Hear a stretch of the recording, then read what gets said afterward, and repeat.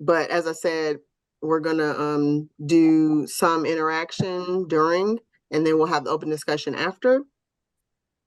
So if you're not comfortable answering the questions, that's fine. But as you all know, I like for you guys to think and like apply it to yourself. So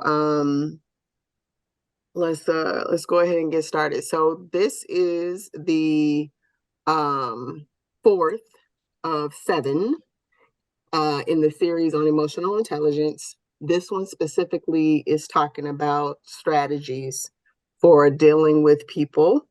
And so as you start to mature or continue to mature in the way that you navigate relationships and dealing with people and not allowing yourself to be triggered into reacting, but thinking through your decisions on how to handle situations, that doesn't mean that the people that you encounter either in your life or newly encounter are going to be maturing.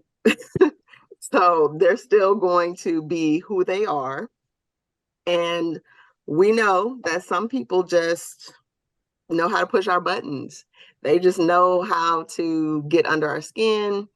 And so we have to prepare ourselves to be able to navigate those situations so that we don't react how we have perhaps patterned ourselves to react over time. So I have included some like tactics to be able to do those things, as well as practices to create some new habits, some new ways of dealing with things. And so I included the scripture that most everyone probably knows because it's one of the most read or recited of the scriptures, and it's the Lord's Prayer. And in talking about emotional intelligence and dealing with situations, abstract, it seems very light, like, oh yeah, it's frustrating, it's a difficult situation. But in fact, it's the practicing on the things that are not as serious that prepares you for those serious moments, those life-changing situations where you can choose not to do or say that thing that may make permanent harm to your relationship with someone, or that you can change the dynamic of a relationship with someone that you really care about and want to keep in your life, but you have not been able to figure out how to like y'all just clash. And you just have maybe come to a point in your mind where you're just like, you know what, we just not gonna get along. This is just, you're oil and I'm water. But that's your mother, or that's your sibling, or somebody that is an important part of your life, but you just haven't been able to figure out how to navigate that relationship in a healthy way because they trigger you, you trigger them, or there's just something that they do that is just very hard for you to deal with, or maybe the opposite. And so knowing how to maybe change that dynamic can change a difficult relationship to a stronger one. So that's okay. That's one of the things I want you guys to keep in mind as you're looking at the different content, is to be able to not just think about it in regards to a romantic relationship, but also into any of your relationships, because it's practicing them on a regular basis that retrains your brain or creates new patterns of thought on how you're going to handle difficult situations or difficult conversations with people in general. And then when you are in a romantic relationship, that's when you're now prepared because you've been practicing in your different situations, whether it's work, whether it's home, any of your other social groups or whatever. You've been practicing good habits and good patterns, over time. And then you won't have to worry as much about, okay, how am I going to do this? I know what I need to do, but I'm not sure what that actually looks like. Okay. So this first clip is Adar Cohen, who is actually, like, he has a PhD in mediation and dealing with people, essentially. I mean, of course, that's not what the degree is called, but that's what he does. And so he is known for mediation in the Middle East, mediation in Ireland, all of those situations that you like see on the news and you're like, how do they, that's never going to come together. It's never going to work out. So this clip I pulled because he gives some insight into how to deal with difficult conversations in groups. So there's been questions throughout the series so far where people have basically talked about not just, dealing with people individually, and I do have a clip for that, but, well, I'm clashing with the culture at my job, or I'm clashing with a different faction that doesn't want to execute certain things in the way that it needs to be done for us to be successful. I'm a teacher, I'm a leader in this area, and I'm trying to figure out how to change the dynamic of how successful or not successful, unsuccessful we are in these situations. And so he gives 3 tips on how to do it, and he also talks about a situation in which he used it and how it worked out. So I'm going to play the clip, and one of the things that he asks, and I'm going to ask you guys to do, is think about something in your own personal life where you know that there needs to be a difficult conversation and how it's being handled right now. So it may not be on you. It may be that the management is not, having that conversation, or there's somebody at the job that's, off the reservation. They're doing stuff that they shouldn't be doing and nobody is dealing with it. Or you're having to do somebody else's work because they're not dealing with it. That there's inequity in pay. There's something going on that's not being addressed. Okay. All right. But whether you're a C-level executive or a spouse, or you're a part of any kind of team, you probably know this to be true, that one conversation can change everything. So I want you to think of a tough conversation that people around you need to have. You got it? There's some issue that's holding them back from accomplishing what they want to accomplish. I believe they might be one conversation away from accomplishing that thing, but they're not having the conversation they need to have, or they've tried and it hasn't gone well. I've led some pretty tough conversations in some pretty tough environments. Northern Ireland, the Middle East, corporate boardrooms. I actually have a PhD in leading difficult conversations, and here's what I've learned. We're not having the conversations we need to have, and that's mostly because we're afraid. We don't want to make things worse. But not having these conversations, or having them poorly, is really bad. And most of us know this from our work. Some issue arises for a team. It could be a minor issue, but it goes unaddressed. Frustration sets in. Communication constricts. Tensions rise, trust evaporates, and collaboration is done. Remember, we're talking about teams that perform surgeries, land planes, run schools. Many of us are a part of teams that perform crucial functions. We can't afford to avoid tough conversations. So that conversation that you thought of, that people around you need to have, you can lead that conversation. And I'm going to give you 3 simple rules to being vastly more effective in leading it. Wherever you use these rules, at work, at home, people are going to thank you.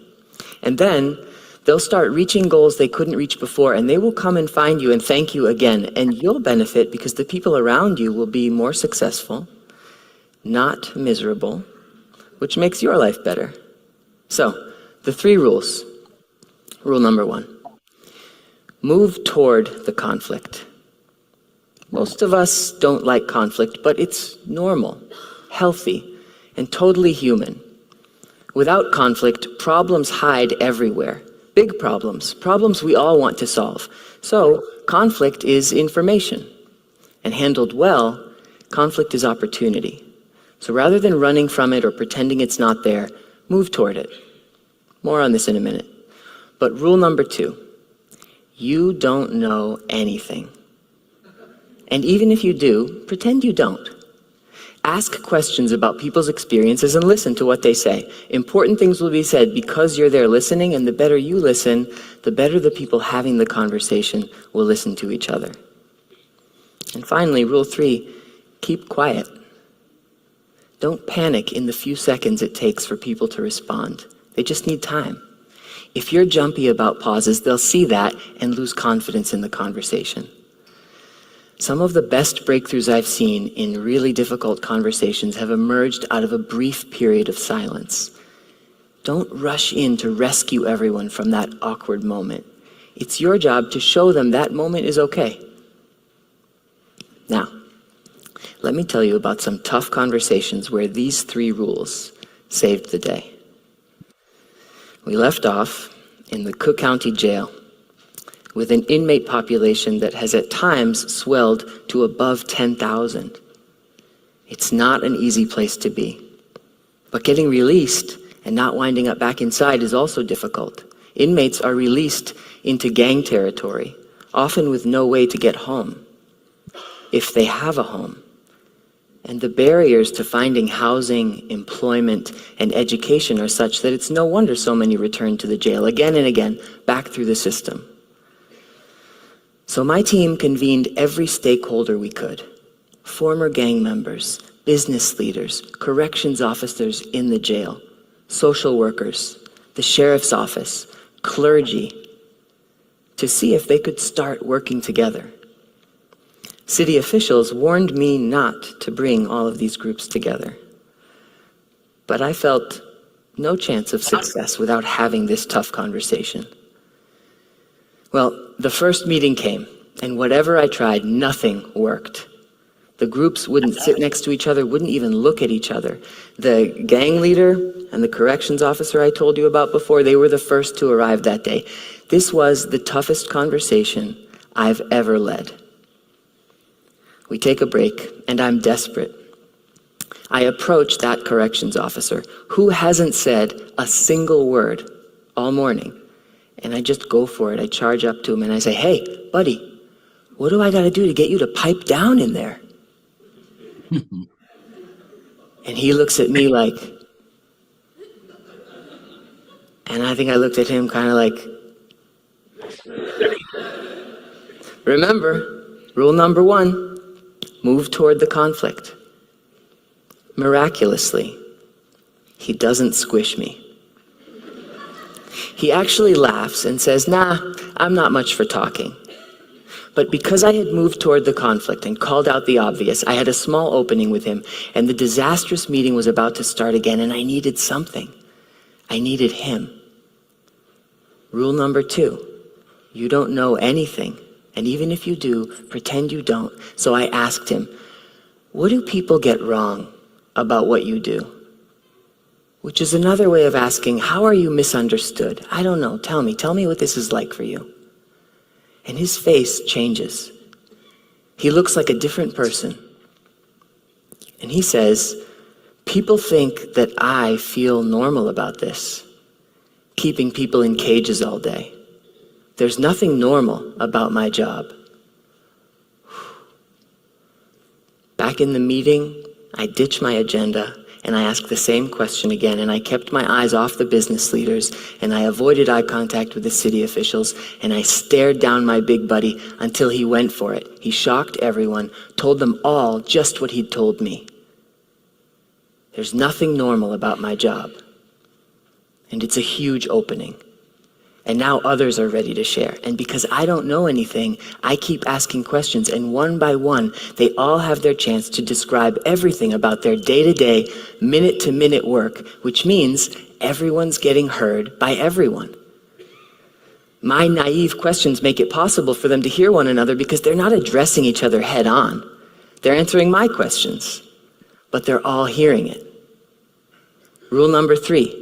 Keep quiet, especially when they start talking. It's tempting to direct the conversation. I didn't interfere, and they opened up collaboration that was unprecedented in Chicago. The guards and the previously incarcerated, business leaders and faith leaders, all bringing their expertise together, joining forces so that inmates would have a mentor waiting for them and a job lined up before their release from jail. All as a result of that conversation. So that some tactics and an example. What he said was the 3 things, but there was more things that he did than what he said. Right? So he came into it with the tactics of moving towards the conflict, asking questions, and not interrupting, not stepping in. I shouldn't say interrupt, but not stepping in when there's quiet, when there's silence. That's something that anybody that works virtually probably is more familiar with, because for some reason the silence is more uncomfortable virtually, especially if people don't turn their cameras on. But it's sometimes referred to as a pregnant pause. And because you don't know like what's going on, you don't know why people are being quiet, or or did you lose them? Are they tracking what you're saying? Are they still engaged? So can anybody like point out what other things he did besides those 3 things?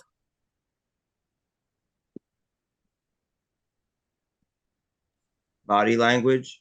Like he was saying, he went, I mean, he wasn't like, he wasn't like Mhm. putting his chest out ready to start a fight. He was almost like, He, I he think that used that kind of helped de-escalate.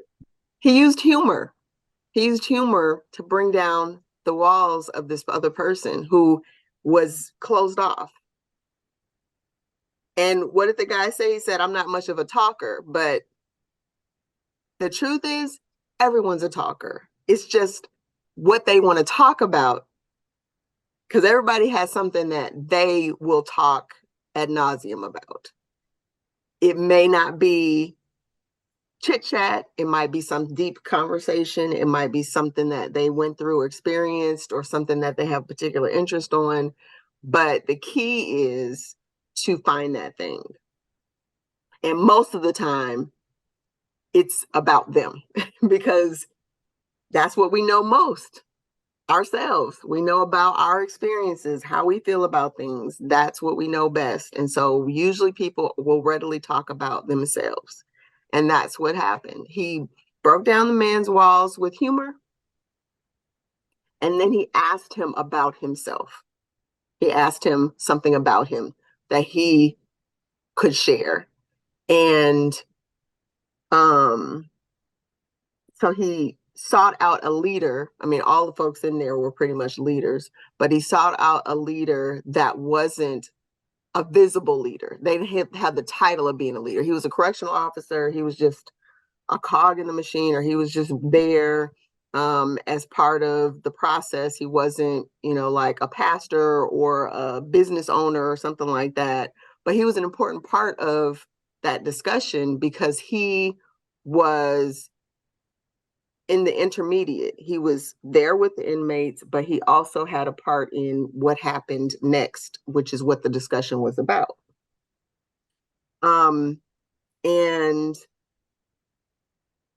the key thing about what he said about asking questions as if you know nothing, that goes back to what you were saying earlier, Tim, which most of you all were, well, some of you guys weren't on the call yet, but I think a lot of you guys had come in then when we were talking about the discomfort of going out. So the discomfort of going out is similar to any social interaction. It ultimately leads to judgment. No one is comfortable being judged.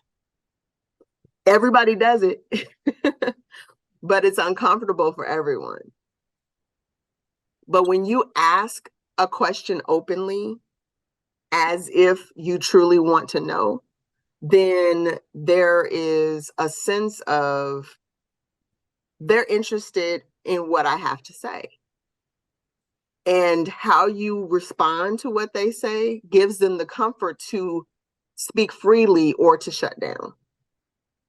And so when you're asking with the respect of, I don't know, you're the expert on this, you're telling me, then there is a comfort level of, okay, I'm not being judged on what I'm saying. I'm free to just say what I need to say. So although all those people in there that he was speaking of came in with their opinions and their preconceived notions and their walls, when you, even though it's that one person and they're asking and everyone else is there, that is a door open for that conversation to take place where, again, everybody still hears it, but there's the comfort of, okay, I'm able to say what I need to say without worrying about how everyone else is perceiving what I'm saying.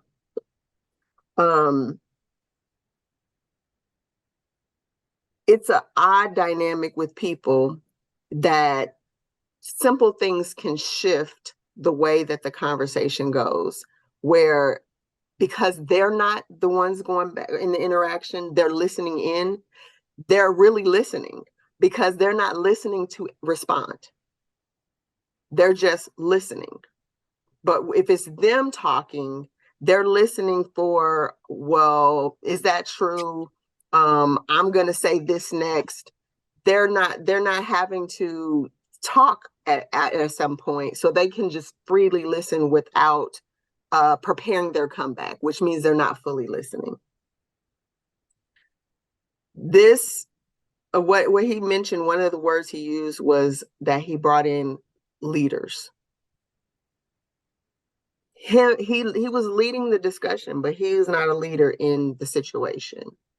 The important point that I want to make about that is that you don't have to be a leader to have or to set the stage or to facilitate a difficult conversation. Excuse me. You just have to be the catalyst. So if you're in a meeting or you're in a situation, you simply asking an open and true question to get a person to open up, you literally don't necessarily have to do anything else after that. It's just like an icebreaker almost to start the conversation, to start people really listening to each other. Some people get uncomfortable with the idea of stepping into things, but it really is sometimes just opening a door. You don't have to continue to pull people along or whatever. They're just looking for an opportunity. But that judgment factor is the biggest thing when it comes to dealing with people, whether it's one-on-one or whether it's in a big group, because they feel the same way that you do. They don't want to be judged any more than you want to be judged. And so if you can set that aside and give them a safe place to share and express themselves, and it doesn't mean you have to agree.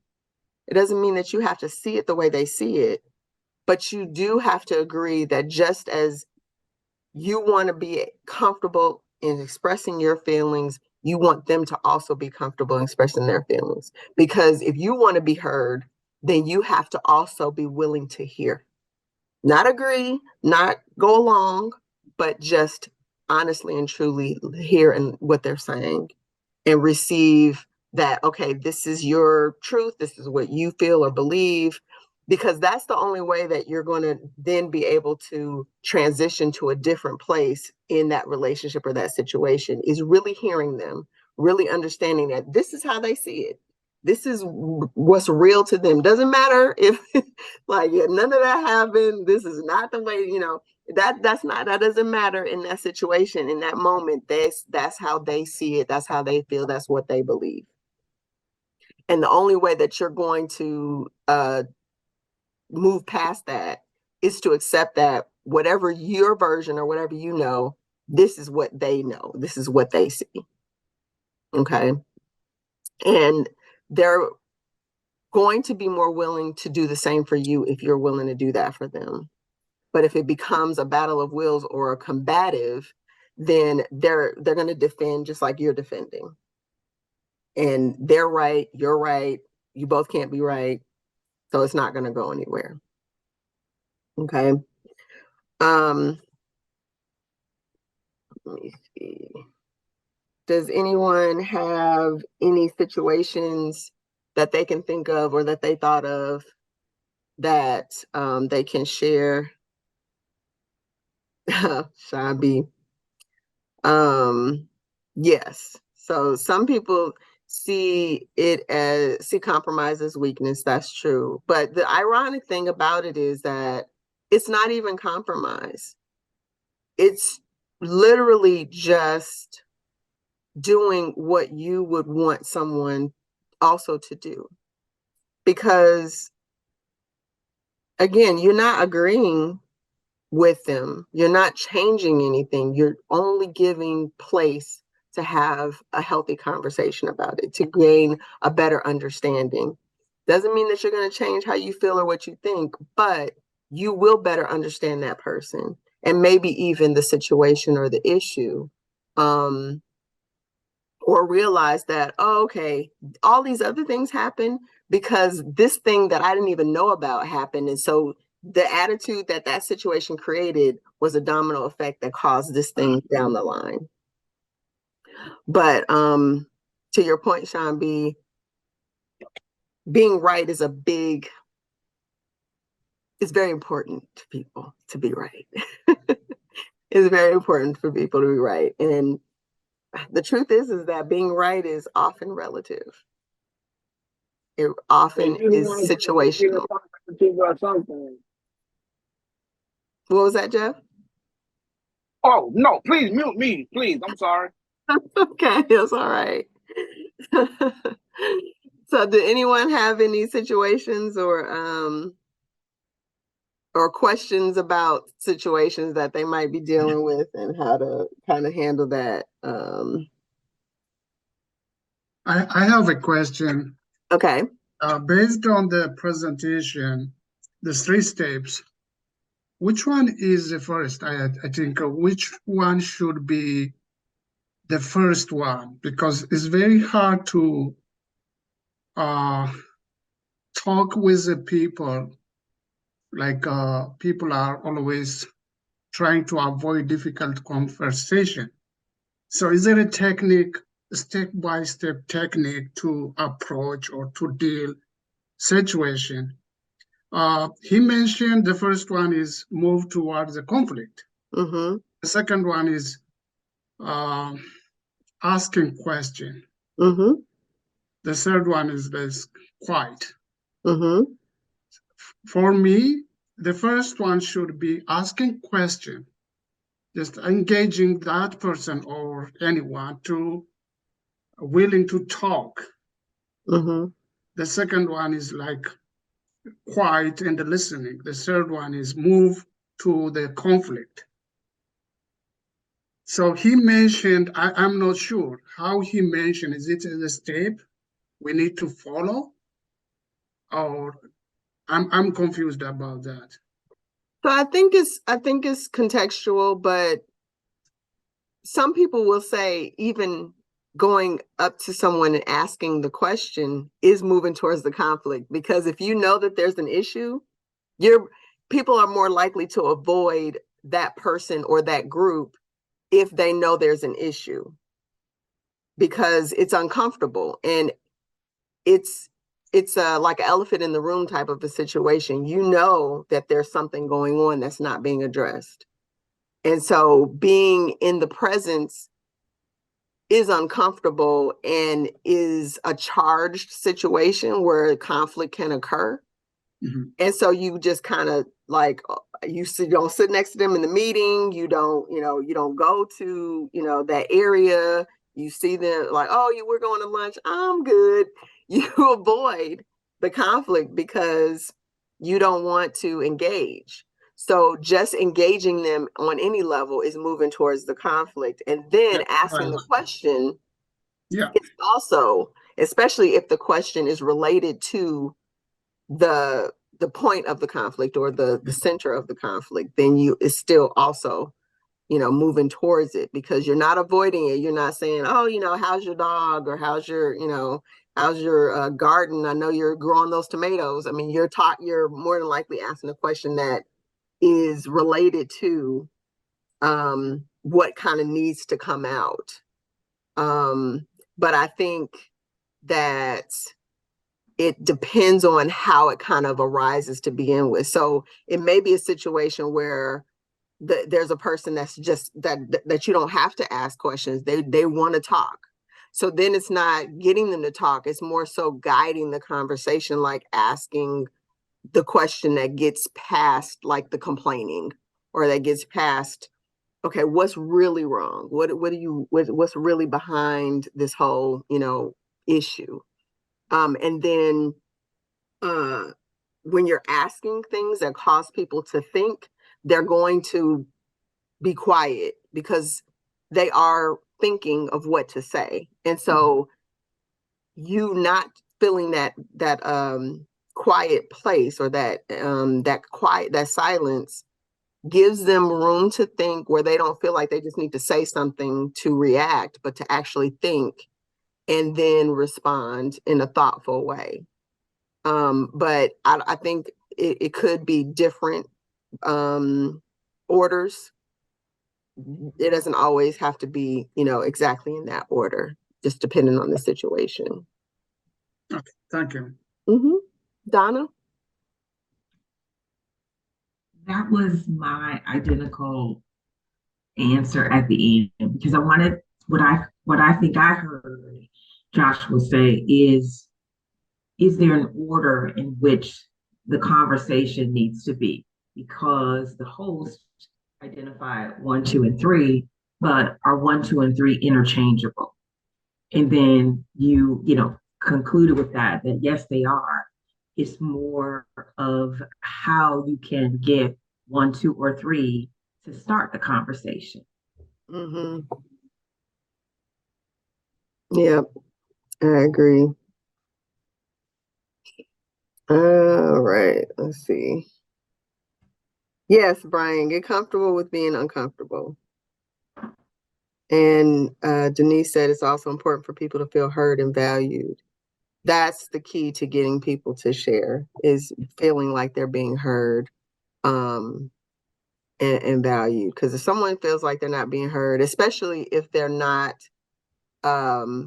the more easily talkative person, then they're going to shut down, because they're like, oh, well, you're not listening anyway, so why am I talking? Okay, so let's see. But So this clip is much shorter, and Mel Robbins, she gives some tips on one-on-one tactics for dealing with a difficult situation. So when you're having one-on-one situations, oh, they just don't like me, or they blew up, I blew up, we're not getting along, we're not seeing eye to eye, then here's a way, because it's different when it's a group, especially people you don't know and you don't interact with, or that you have limited interaction with, versus someone that you have an actual relationship with. So this can be, again, on the job, or it can be in your personal life. But she's going to give some tips on how to deal with that. There are 4 techniques that I use whenever I'm going to have a difficult conversation that help me stay focused on what I need to talk about instead of getting hijacked by my emotions. Number one, I always start the conversation by acknowledging my responsibility in the mess that we have to talk about. Whether it's the fact that I've avoided dealing with this sooner, or whether there's something that I've done that's contributed to the situation, I acknowledge it right up front. And one of the reasons why that's so important is because by accepting some responsibility, you're diffusing the other person's emotion, you're also honoring them a little bit, and it sets a much more level playing field for when you get into the difficult things that you need to talk about. It's also going to put the person that you're speaking to a little at ease, so they're going to be able to listen. Number two, you want to have a goal. Never go into a difficult conversation without an outcome defined before you go into it. The reason why the outcome is so important is because this conversation is going to be a roller coaster. The person that you're talking to might get upset. You yourself might feel emotional at some point, whether you're angry or you're triggered or you get sad. And so when you ride the roller coaster of emotion, the thing that is going to stabilize your thoughts is the outcome that you're causing. You're having this conversation because you're committed to making the relationship better. You're having this conversation because this isn't working, and so we need to end it powerfully. You're having this conversation because you want to give somebody some feedback that's not so fun to tell them, but you're giving it to them because you're committed to their success. Okay? So that goal, you feel yourself getting emotional, you come back to it, you come back to it, you come back to it. Third thing you're going to do a lot in this conversation, you're going to listen and you're going to validate. So you're going to say what you need to say, and then the other person's going to react. And instead of arguing or debating, I want you to listen and I want you to validate what the person is saying. It may sound counterintuitive, but honestly, one of the most powerful things you can do in any conversation, whether you're fighting with your kids over curfew, or you're arguing with somebody at work over workloads, whatever it may be, is hear where the person's at. The moment you say, wow, that must be really tough, what you're dealing with, or, oh, I totally get why you now were avoiding me. If I felt the way that you felt, I'd probably do the same thing. The second you validate somebody, they immediately stop defending themselves. It's unbelievable, actually. Unbelievable. You got to try it. Validate, validate, validate. It is the most powerful thing. And then once, of course, they feel validated that you've heard them, now they can listen. And that's when you come back to the final thing, which is you're going to restate always the outcome. Keep coming back to it. Keep coming back to it. And yeah, it's not going to be fun. It's not going to be easy. You're going to have all kinds of emotions come up because you've been avoiding this conversation. But I'm telling you right now, if you find the confidence and the courage to go and to start this thing, acknowledge your responsibility, have an outcome in mind, validate the other person, validate, validate, validate, and keep talking till you hit that outcome, you're going to be really, really amazed at how much easier these things become. And if you want to make it even easier on yourself, rehearse it with another friend first, somebody that's not involved in the situation. Because again, difficult conversations comes down to one important thing: the ability for you to separate your emotion about doing it from the things you actually need to talk about and the outcome that you want to cause. Okay. So this is for that difficult conversation that you may not want to have with a particular person. And again, validating or acknowledging how someone feels doesn't mean that you have to agree.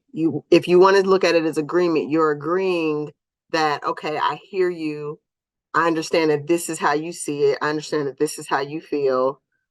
And if there are places to say, okay, yeah, if that was, like you're looking at it from you're putting yourself in their shoes, you're looking at it from their perspective.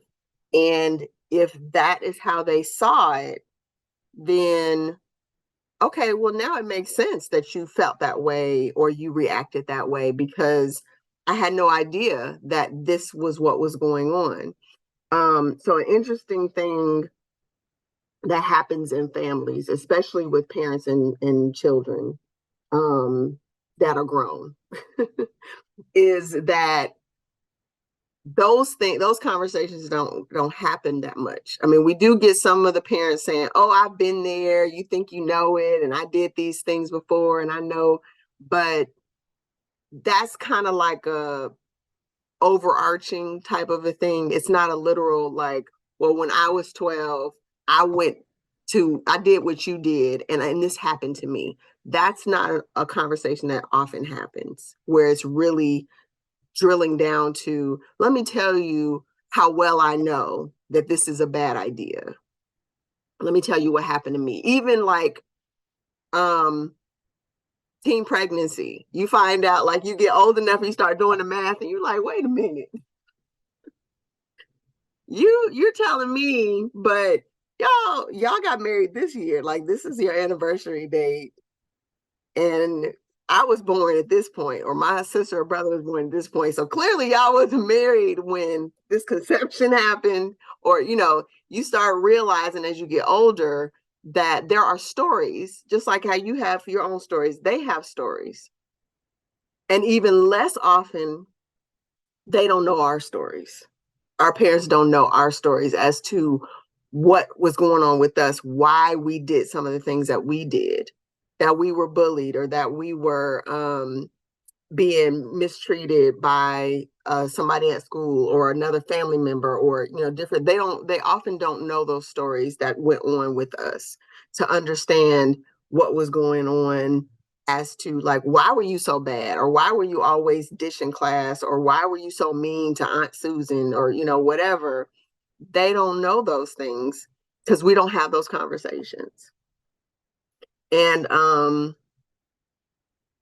it never occurred to me until I went home. Well, I moved to Vegas for a few years. God led me to go to Vegas. And I left. So I'm in Georgia, have no family in Georgia. Came here for college and stayed. And so when I went back, I was around my family again for an extended period, not just a weekend or, some type of occasion, but literally living among my family and having never dealt with any of the things that occurred during my childhood. And hearing and seeing the things, because of course, I mean, you realize that no matter how old you get, you're still that person. They're still treating you the same way they did your whole life.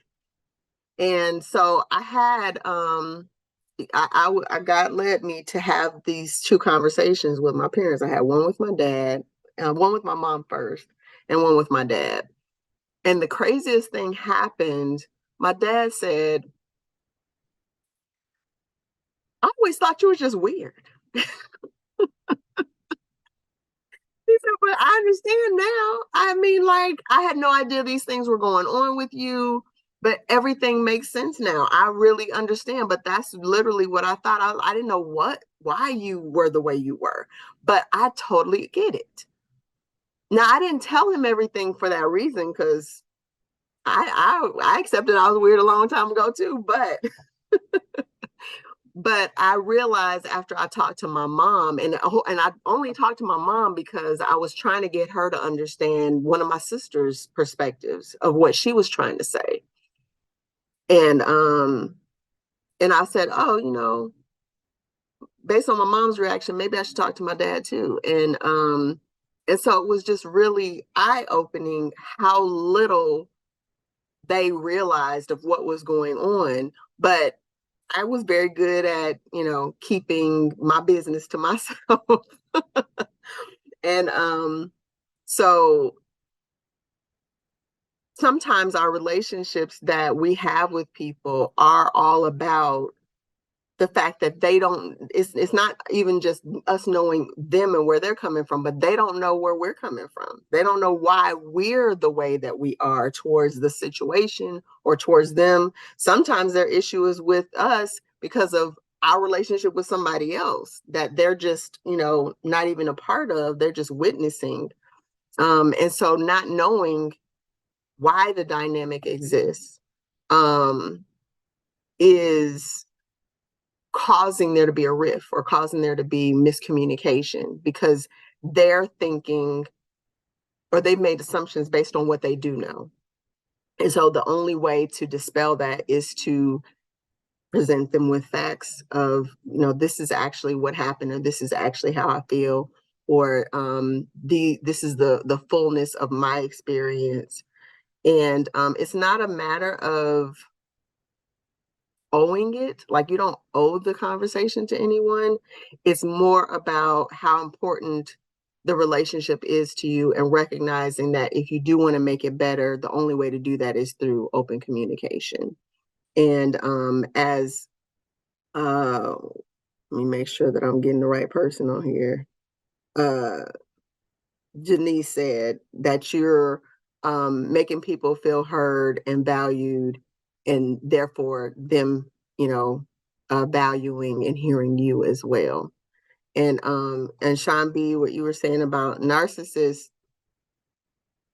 there's always going to be situations where people will try to flip things. So you don't want to give your power away, as in you're just totally setting aside your beliefs and your understanding of things and just wholesale accepting what they're saying and then, adopting it. You're only setting it aside for the interaction with the person. Excuse me.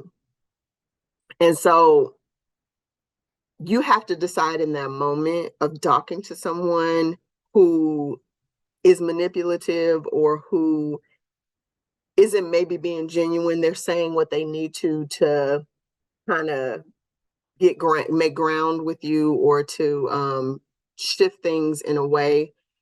First of all, you have to recognize that's what's happening. So again, you're truly listening. So you're not listening just like, oh, I'm just listening for what you're saying. You're listening to hear what they're saying and what they're not saying. You're listening to understand them. So they're telling you how they think by what they're saying. This happened, and so that made me feel this way, and then I did these things. So you're understanding better how they process things, how they see the world. And so if in that you're hearing that, oh, okay, you feel like you have the right to lash out at anyone because you're upset or unhappy, now you know that about them. And now you're responding to it is not necessarily going to be, yeah, I would do the same thing. But it may be, okay, now I understand why you did what you did. You understand it because they feel like they have a right to do that based on their code of how to move in the world. The thing about it is that they're not going to hear you if you're not hearing them. So you can choose, your next thing you say can be a thought-provoking question like, I understand that why you chose to do what you did, and let a little breathing room for that statement, and then come back to it and say, how do you think that's going to work towards the long term with that relationship with that person? Or what do we need to do to for you to feel like in the future you can just come and talk to me about it instead, so that they're not repeating that. If it's about your interaction, that they're not repeating that with you. And again, I mean, some people you may choose like, okay, I see how you move, I don't need to be a part of your life. But if there's not a choice because you work together or they're a family member or someone that you just have to deal with, then you have the knowledge now to know, okay, oh, you see things very differently than me. But also, you can bring down that wall because that's what it is. When people respond that way, they're putting a wall around themselves for their protection. They feel like they need to protect themselves, and this is their way of doing it. And so you can put out that olive branch to say, okay, I understand that this is why this happened. What can we do to make it better in the future? What can I do to make you feel more comfortable coming to me and talking to me about it, as opposed to just assuming? And well, you don't want to say just assuming, because that sounds judgmental, but what can I do to make you feel more comfortable in us having this conversation at the beginning instead of all this time later? Or if you feel that way in the future, please give me the opportunity to talk to you about it. And if you're opening that door, telling them that that's what you want, you're letting them know that you're open to continually having open conversation. It's not just this situation, like this happened, but I want us to continue in a better way. I want to us to talk. Anybody have any thoughts before I go to the next? Yeah, I was told of this one tactic. I don't know. It seems to work most of the time. Mm-hmm. Like if somebody's spouting off and getting all ripped and mad and yelling at me and stuff, that when there's a pause, I was told to say, like, you know, you try not to be confrontational. You put your hands up and say, I understand what you're saying about this. I get you. I'm with you on this. I understand why you feel this way. And then you're supposed to say, like, but when you say this to me, this is how it makes me feel. And maybe I'm misunderstanding you, but this is how I feel when you say that. And if they're willing to listen to that, maybe you can have a compromise. But I don't know if that's the right way to do it. But somebody told me that a long time ago, and it seems to work. Instead of saying, well, I don't agree with you, and I don't know why you're so ticked off. I didn't do anything. That's just going to make it worse. But they said you'd kind of say, well, I understand what you're saying. I really do. I get it. I understand. I'm listening. It's just that, can I say something? And then when you say this, then I react this way. Is there a way that we can maybe try to work around this or something? I don't know if that's helpful, but that's what I was told. Yeah. So if it's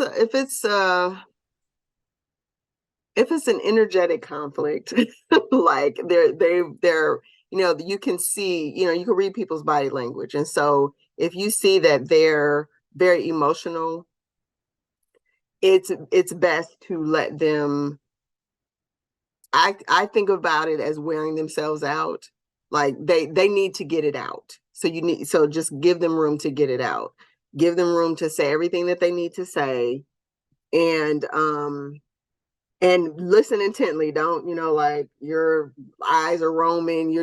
Listen to, you know, give them your attention. And if, you know, body language wise, you know, you might be nodding, or, you know, things that are like, okay, I'm understanding, I'm hearing what you're saying, but don't interrupt, because they have all this built up in them and they need to get it out. And once they get it out, it comes down. But if you're interrupting them, it will cause it to build more. And you might be saying something great, but they need to get it out and they need you to hear it. And it might not even belong to you. It might be somebody else that did something else, but you're the person that is, you know, the ear to hear in that moment. And so you're diffusing just by listening. And then, as you were saying, Tim, you're gonna kind of repeat back to them, or kind of summarize, like, okay, I hear you're saying this, and, you know, so that you're showing that you heard what they were saying, and that you were paying attention. And sometimes somebody just needs, you know, I just need somebody to hear me. I just need to feel like I'm not going crazy. I just need to get it out. And so that can make a huge difference. Now, if it is about you, like it's, you know, it is directed towards you, then it kind of depends on what it is. It might be a good time to say how it makes you feel then, or it might be to move towards, okay, what could I have done differently? If it's something that they're saying that you've done, you know, just however you can to get them to fully express a better way for you all to communicate moving forward. And then, you know, once they've come to a place of feeling like, okay, I got what I needed, you can say, I'm sorry that you felt that way. It made me feel like but I understand now that this is what was going on. And so, you kind of like concluded to let them know that it affected you too. And you do care about how they were feeling, and to the extent that this is how it made you feel, or that you did these things because. But when you do it too soon, it sounds like an excuse, even if it's just you telling your side of it. And so you just want to be, be clear on the timing of, when it's best to do that. So it goes back to what Goshu was saying about, it's not always the same order of things. It depends on the dynamic in that moment in the conversation. Yeah, like I know I got to take responsibility, and I was thinking I have no problem in saying, well, is there something that I could do better, or is there something in my communication I'm lacking, or is there something I missed about this? I'm trying to work with you rather than saying, oh, forget it, I'm out of here. Mhm. Yeah. Ebony. I'm sorry, it's not Ebony. It's Okay. Ebony. Beignet, close, close, close. Ebony. Okay. No Yes. worries. Okay. I'm gonna remember it. Go ahead. Fun too. Yeah, Tanisha brought up Tanisha brought up some great points in terms of the whole not interrupting and the timing is everything. The one little word that I wanted to call out when you were giving your first example that we all need to think about and be intentional in terms of how we use it is the but piece of it, right? So if you're going to say to someone, hey, I understand what you're going through, thank you for sharing this with me, and you say but, and then you get into another statement in terms of here's how I feel, etc. What typically but does is negate everything that you've said prior to that. So what you can say is, I understand, thank you for sharing. I understand how you're feeling, etc. And this is the moment where you need to decide whether it's all about that person and that person just needs to vent and you just need to listen, or it's the right time where you can now, acknowledge that you've heard them and start to talk about how what they've said has made you feel. So the timing is very important. Do I need to just listen and then come back later and talk about how I feel? And if I'm going to talk about how I feel, make sure that we're not saying but when we start off with the person first and then want to talk about or change the subject after. That's it. Good point. Yeah, but is one of those like everything was sounded great, and then you said but, and so it's like, oh, okay. So you just said those are just words. This is what you really wanted to say. Yeah, but is a powerful three-letter word. Okay. Let's. Oops. All right. So self-control, self-management, we've talked about those things throughout the other sessions, but it's keenly just kind of being able to manage your emotions and the actions that you choose to take out of how you feel and what you think, because your feelings affect how you see things, how you think about or how you process what is happening or what has happened. And then you act on those thoughts that came out of your emotions. So if your emotions are completely in control, then you're in a very reactionary state. You're not thinking things through. And so you go straight from how you feel to acting on how you feel. And more than likely, your actions are going to have everything to do with you protecting yourself, defending yourself, lashing out, different things that are very illogical. And the reason I say that is because when we're reactive, we're responding to stimuli that is incomplete information. And it may actually do the opposite of what we actually want to do. So if we want to protect ourselves, we may get on the offensive. And so we strike out or lash out, which is just going to draw more fire to yourself. So it is counterintuitive to the goal. And it also will cause more damage to the relationship than maybe what has already occurred. So it's not a sensible or logical approach. It sounds very easy, or I'm making it sound very easy in what I'm saying, that, oh, just, don't react, sit back, think about it, decide how you're going to handle things. And it's not easy. It is not easy. That's why I keep saying every session, you have to practice it, because it's not easy. But everybody that's on here knows you can think of something right here, right now, in this moment, that it goes the same every time. A certain person, a certain situation, every time it goes the same way. You might go into it saying, they ain't gonna get me today. Or or you know that you just flat out avoid that thing because you know where it's gonna go. You avoid that person or that place or that circumstance because it always ends up the same. And it does because you've developed a pattern of behavior that's imprinted in your mind of how it's going to go. And once you've done that, sometimes we have made up in our minds, even though, subconsciously, that it can't be any other way. This is just how this happens. But in fact, you do have the ability to change it. And it starts with you having a plan. So whenever you don't have a plan, things are going to progress in whatever direction that force is taking it. It's just like whatever will is strongest, essentially. So I used to think about it this way. This is gonna sound really silly, but as a younger person, in dealing with the opposite sex and dating and all of that, I used to tell my cousins and my friends, before you go, you need to know what you will and won't do, because he already knows what he wants to do.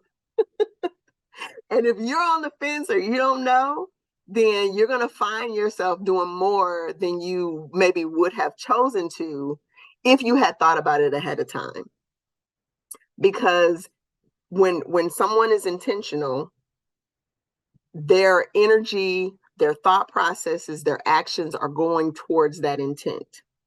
If you have no intentions and you're just there, then you're going to be pulled into that will because they have made up their mind. Even if they don't know exactly what they're going to do, they have a mission or an intention when they're going into it.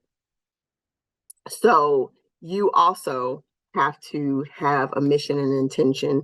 And if it's a situation that has been repetitively going in a way you don't want it to, then you need to have an actual plan. Like, okay, I know that they're going to say this. So what am I going to say? I know that when I get there, I'm going to feel this way. So what am I going to do? And so, so one thing that I do, going back to Tim, when you were talking earlier about going out, before I go out, because I am very comfortable with my own company, before I go out, I make an environment that's more conducive to being sociable and interactive. So I listen to high energy music. I'm dancing around, I get my energy up so that I can be more interactive with people, because I can be like dead quiet, silent. I can be in a room full of people and they're talking and I can just listen and say nothing and be fine with that. But that isn't conducive to, me going out and being sociable and being interactive. So I have to shift my mindset. And I know for me, that is how I can get into the mode or the mentality of being sociable. And it also takes my mind off of any of the discomfort or insecurities that I might have going out, because my energy is up. So I'm just like, I'm bopping, I'm having a good time, I'm enjoying myself, and now I'm getting ready to take my enjoyable, fun self to the party or the event or whatever I'm going to, versus my comfortable sitting on the couch personality showing up to be among people. And then, of course, they're going to be like, what's wrong with you? Like, why are you? Because I don't have the same energy as the environment that I'm in. And so I know that I need to I need to do that for myself. Some people show up that way, like Sean Williams, he's always on, he's ready, but I'm not. So same thing when it's like an uncomfortable or difficult situation. If that you're going into that, then you have to kind of like mentally prepare for that. So if you're going into a situation where there may be conflict, or if there's literally like, okay, I'm gonna have to go and talk to this person or these people that we are not on the same page, we have a problem. What I do, again, music, excuse me. I have my song is Jill Scott, Hate on Me. And I mean I have some other ones, but that song gives me the opportunity to go through all of the emotions, the high, strong emotions that I often feel when I'm in a direct conflict with somebody, especially when it's baseless, where it's just like that I know that they actually have a problem with me as a person. And I mean, I get that. I'm a boat rocker type of a person, so I do ruffle people's feathers. But it gives me the opportunity to get those feelings out, and I sing it at the top of my lungs. I'm acting it out. I'm seeing them. I'm talking to them, all of that stuff. But then when I get into the actual conversation or situation with those people, I've now gotten it out. Just like how I was saying earlier, when you're talking to a person and they're really upset and they need to be heard, I know that these people aren't going to hear me, or they're not going to receive it the right way, and they're going to use my emotion to derail me and not hear me for the real issues. And so I have to come in a very calm and very direct and very succinct and professional way. So I do all that on my own. And even though they didn't hear it, and even though, it wasn't even necessarily anybody but me and God in that situation, I still don't have that in me to boil over when they say or do something to trigger me. I've gotten that out of my system. And so if you know that you're going to have a conversation with someone and they're going to not react in these, mature ways that we've been talking about, you still want to get through the conversation and have some progress, you're going to have to maintain your logic, your maturity, despite how they're responding or reacting. And so one of the things that people do that are not trying to be positive or progressive or productive in a conversation is that they do low blows, where they say things that have nothing to do with anything. They might talk about how you look, how you dress, the fact that you ain't got nobody, or they'll pick anything to get you off topic. Now, one thing that you have to, and this is the thinking part, when that happens, that's a sign to you that you're getting to them. They're doing that in reaction to the fact that you're making sense, you're making valid points, and they don't want to cede their position. So they're like, okay, how can I get you to, they feel like you're winning the argument, or you're winning the discussion. And so they are now trying to find a way to get you off topic, to get you off subject, so they can now win, because they're not trying to do what you're trying to do. They're not trying to improve things. They're just trying to win and or be right. And to them, if they win the argument, then they're going to be right, or they're trying to get you to say something to make you look like the bad, like, oh, I wish I hadn't have said that. I wish I hadn't have done that. They're trying to get it out there, anything they can do to get you away from whatever's making them uncomfortable. And so that's why, like Mel was saying, stay on focus on the outcome. Stay focused on the outcome, because Oh, go ahead, Tim. I was just don't. This popped in my head. This has happened to me numerous times with like 2 or 3 people I know. Like, when you confront them with something, there's at least 3 people that say, "I never said that. What in the world is wrong with you? I never said that." And they said exactly word for word. And when I hit them with it, they're like, "I did not say that. You're a liar. I never said that." I'm like, well, let me say it a different way. I never said that. And so they're like, it's hitting them and bouncing right back in my face. And I don't know. I usually just say, all right, well, whatever. And I walk away. And I know that's not the right way to handle it, but they're just like a stone wall. I never said that. So how do you get through that? I don't understand how you can penetrate that. I just say, all right, but you did say it, but all right, whatever. No, I didn't. So it's like, okay. I'm the kind of person that walks off. All right. Yeah. Well, and I mean, and the truth is that in their mind, I mean, like I was saying earlier, that is what's true to them. They really don't remember that. And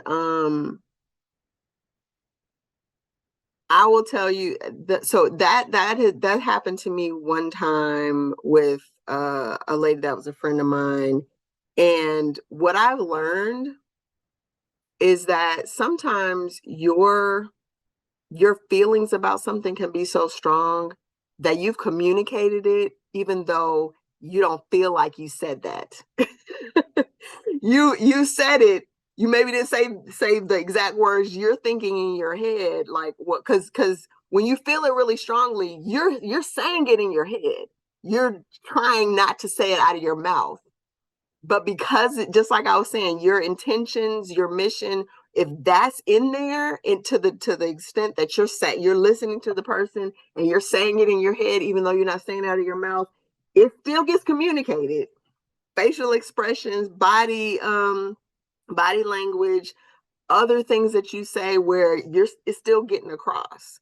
And so what kind of has, so from the side of the person who does it, they have to accept that, okay, whether I said those words or not, I've communicated this. I can't deny that I feel this way. So somehow they have realized, they picked up on that, whether I said it or not, it's true. And so I have to own that. And so, there has to be accountability there. But on the flip side, if you're the person who is on the other side of that and you're saying, okay, that definitely happened, you don't need to prove that. You don't have to prove that it was said. It's not something that you have to do. If you say it and they say, no, I didn't say that, you just let it go. You just drop it, because they're going to make it about that, as opposed to, okay, whether you said it or not, this is where we are now. And so you just go back to the point, or, the desired outcome of, okay, well, and I mean, if as far as what you say, well, that was what I understood.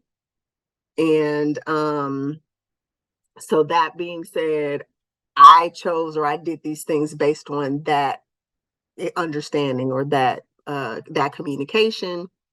And you then try to figure out a way to move forward from there. Now, if it's depending on what they disclosed, it may be a thing where it's just like, it's a conclusion to a relationship. Like, okay, if this is how you feel, then, you know, maybe we don't need to be friends or whatever. But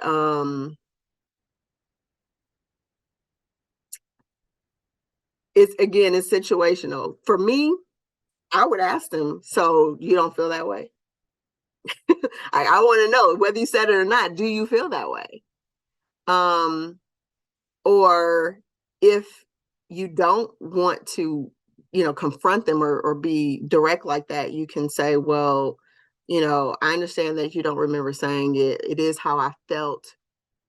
And so that if that's the case, you know, how can we move forward? Or I would like to know, if you do feel that way, you know, what caused you to feel that way, excuse me, or how can we, you know, improve our communication, you know, something that moves towards the direction of uh what's next, or being more productive in the way we communicate. Because obviously, if I heard something that you say you didn't say, our communication is not good.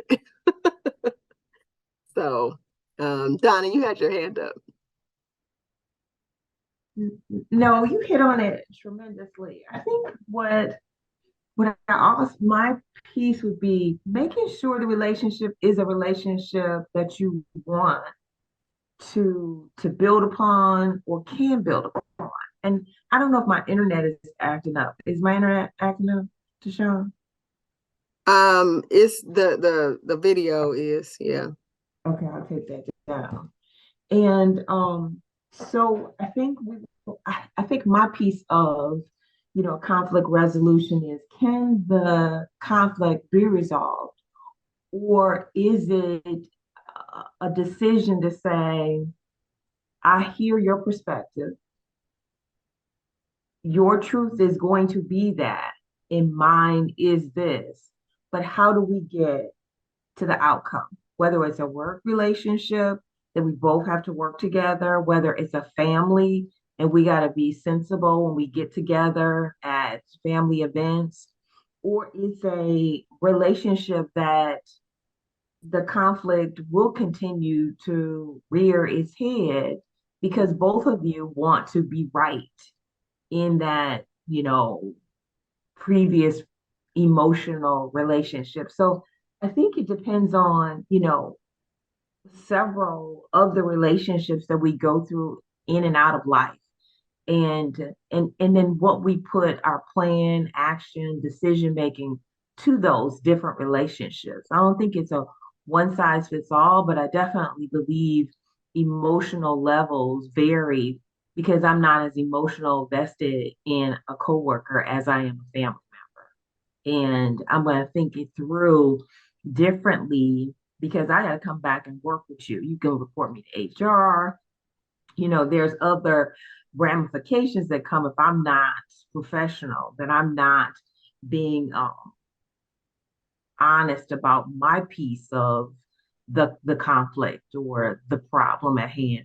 Whereas at family, we can duke it out every family reunion and then hug each other, love each other, and see you next year. So it just varies to me on the need to understand what really is the outcome we're trying to achieve with these, conflicts, and who the conflict is with. Yeah. Mm-hmm. Yeah. The being right thing is really difficult. I think that it's heightened in some people over others. Some people it's like really, really important. They just, like it's not right. It's just not right. And I mean, like they're kind of more black and white people, where, it's either this or it's that. There's no, gray for them. And I think the key thing is, number one, if you are a black or white person, of it's one or the other. If you are right, you don't have to prove it, because if you're right, they're going to find out, right? It's gonna, it's not gonna not be right because you weren't able to convince them in that moment. If you're right, they're gonna find out, and you would have warned them, but they'll find out later if they don't realize it now. But it's highly unlikely that a person in a disagreement with you is going to do an about face in that disagreement and say, you know what, you're right. They're so entrenched in their side that there may even be a moment if you're, talking face to face, not on the phone or whatever, and you can see that they see what you're saying and they realize like, oh, dang, they're not going to admit it though. They're not. And the next time you talk to them, they may come back like it was their idea the whole time. And you're like, wow, that's really smart. But the whole thing is that if you're trying to be right for the right reasons, as in, as my son used to say when he was little, if they don't know the right thing, then they might do the wrong thing and get in trouble. If you really are trying to help them, doesn't matter if you get the credit. And if it's about you getting the credit, then even in being right, you're wrong, because it shouldn't be about you. If it's about you caring about them, if that's what being right is really about. And so you don't want to force a person, and that's the same thing with in that conversation. You've given them the information. They can do what they will because they're grown just like you are, and they have the right to be wrong if that's what they want to be. They have that right. Natalie. So, I'm actually dealing with this situation at work, like the desire to want to be right and conflict resolution and such like that.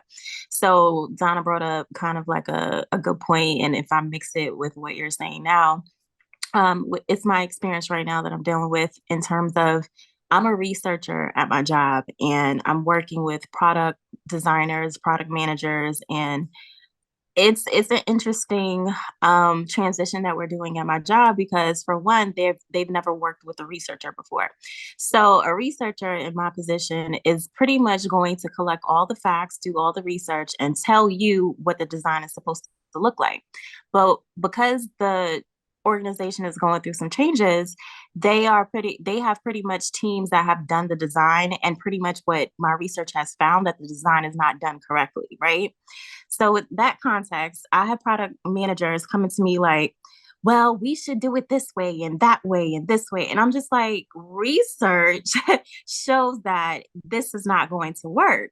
So to Donna's point, you're not trying to get reported to HR or be the one person on the team that is like the difficult person to work with. And given the fact that I'm the only Black person and woman on the team, it's imperative for me to it's a struggle because it's like you want to state your authority and be the professional and also be the expert in that field in what you're doing, or the what do you call it, like the expert person, like I forget, there's a specific word for that. But the point is it's just like it's a toss up because you want to be respected, but you also want to show authority and to prove that you do know what you're doing. So what has happened is that I have stated what I know to be true and what we should do to proceed and let them drown. And then when they drown, I do say, hey, didn't I mention that? And I think I think to your point, being right and stating that you're right works in certain circumstances, because I think what happens is with me and what this situation showed me is that you need to state when you're right when it matters, in a sense where you're trying to gain trust from someone. Because the thing is, if I went ahead and let someone else take the credit, they would never see me, as the person like, oh, yeah, she didn't mention that. We should start trusting her now going forward because she is an expert in her field or what she's doing. So yeah, that's my little piece about that. But it's not really, I saw that, or I've been in other situations where no, that could really kill a relationship. If you're sitting there trying to be right, showing that you're right, and proving that you're right, it's almost like the person's ego is already hurt. You don't need to kick them when they're down, kind of thing. And it's just like, okay, if the person can acknowledge it, you don't need to beat your chest. But in certain situations, I do think it's important. Yeah, I agree, Natalie. There are situations where, I mean, and it is frustrating when it comes up that, okay, we're working that much harder because you wouldn't acknowledge that this was not the right direction to go. um, I'm going to tell you that the things not to do. This is what I do. I'm telling you that. So if it's so you're on a team, and they're making the final decision. I'm lucky enough that I get to make the final decisions on the what we're gonna do, even though I get a lot of feedback from people. But I do try to be collaborative, and I do try to help them see. So what I do in those situations, because I have to do research to come to a conclusion on what's the best approach. The things that I find that make the other approaches or strategies not as strong, or to be, just not something to do because they're gonna fail, is that I present those questions to them when they're saying, well, we really think we should do it this way. Okay, so how are we going to address this? Whatever that problem that we know is going to come out of doing it that way.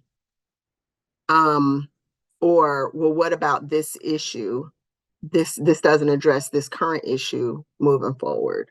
So how are we going to address that with this strategy, the strategy that they want, so that they can speak to, all right, you feel strongly about it, even though we see the issues with it.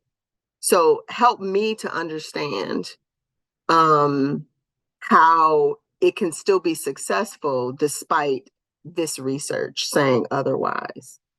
And then once they've had the floor, they've gotten it out to say, okay, here, either they're going to have an answer or they're going to have to acknowledge. And I've definitely heard people say, I understand what you're saying.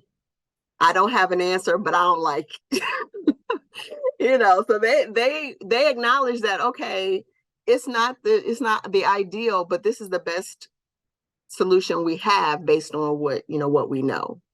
And so they acquiesce because they can't answer those questions, or just asking that will cause the other people in the conversation to then kind of carry the rest of it, where you don't even have to bring up the other points because they know the other points. Now, if it's just me, especially if it's like me and my supervisor, I might just agree and do what I want to do anyway. He's not gonna know. All he knows is that it's done. Why does it matter if I do it your way or my way? Don't do what I do.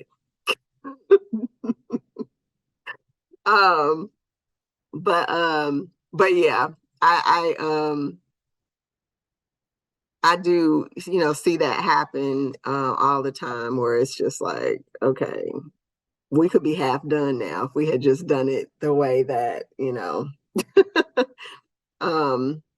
so I don't always say, yeah, I mentioned that. Sometimes I'll just say, that's a great idea. That idea. I try to bring some humor into it because I already know that they remember, like, yeah, I did say that, but that's okay. That's all right. Maybe you listen to me next time. So let's go to this last clip. Now, this is the longest one. So, if you need to, do something, just turn the volume up and come back, because I'm gonna go for a bio break while this is on. This is about I think it's about 14 minutes. But you need to hear it all. You can't like walk away and not hear what she's saying.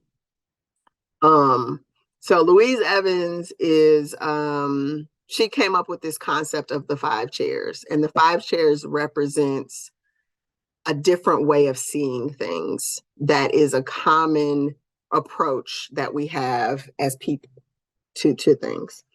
So she's gonna explain it and how to sit in these different perspectives, basically.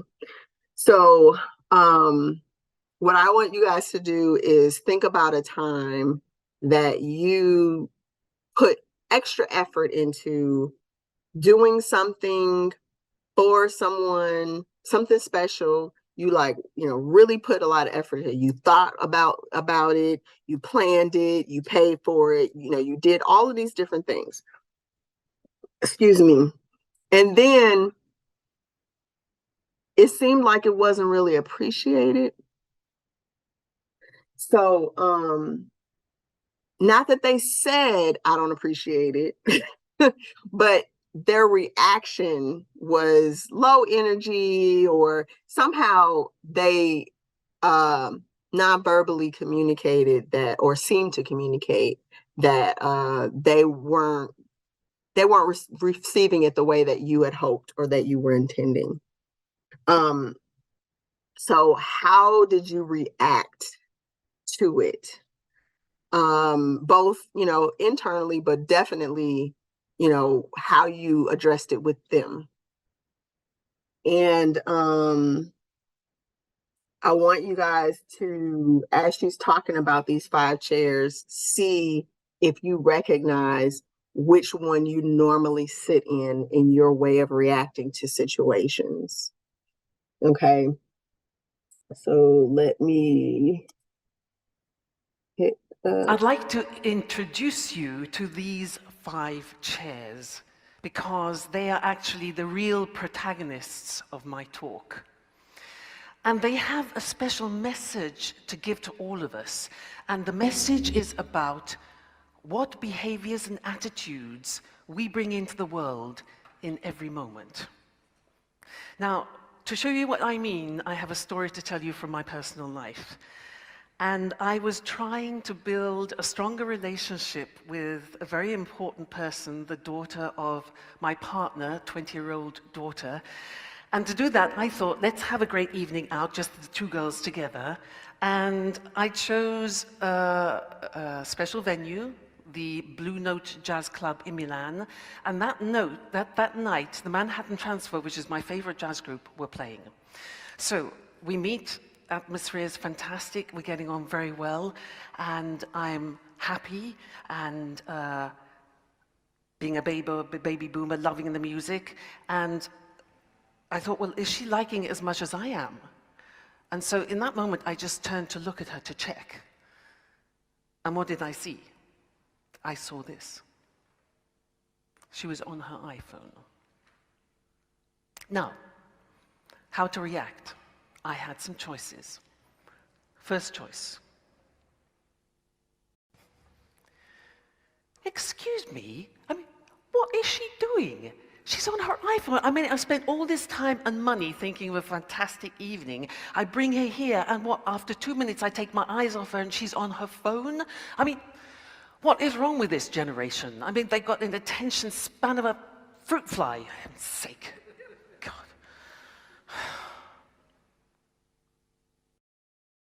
Choice number 2. This was a mistake.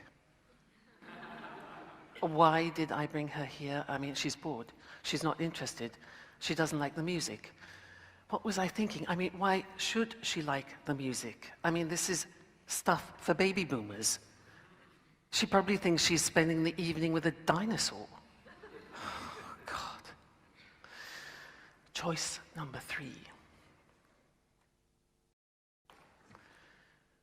Hold your horses. Count to 10. Take a deep breath. Don't jump to conclusions. You don't know what she's doing on her iPhone, so just relax. Take it easy. Have another drink. Choice number 4. Now, you know what's really important for me is that this evening together with it is special, that she feels that after this evening she can really open up to me, she can feel safe with me, and that I'm always an open door for her. That's what's really important for me. And I just hope it's going to happen. I just hope. Choice number 5.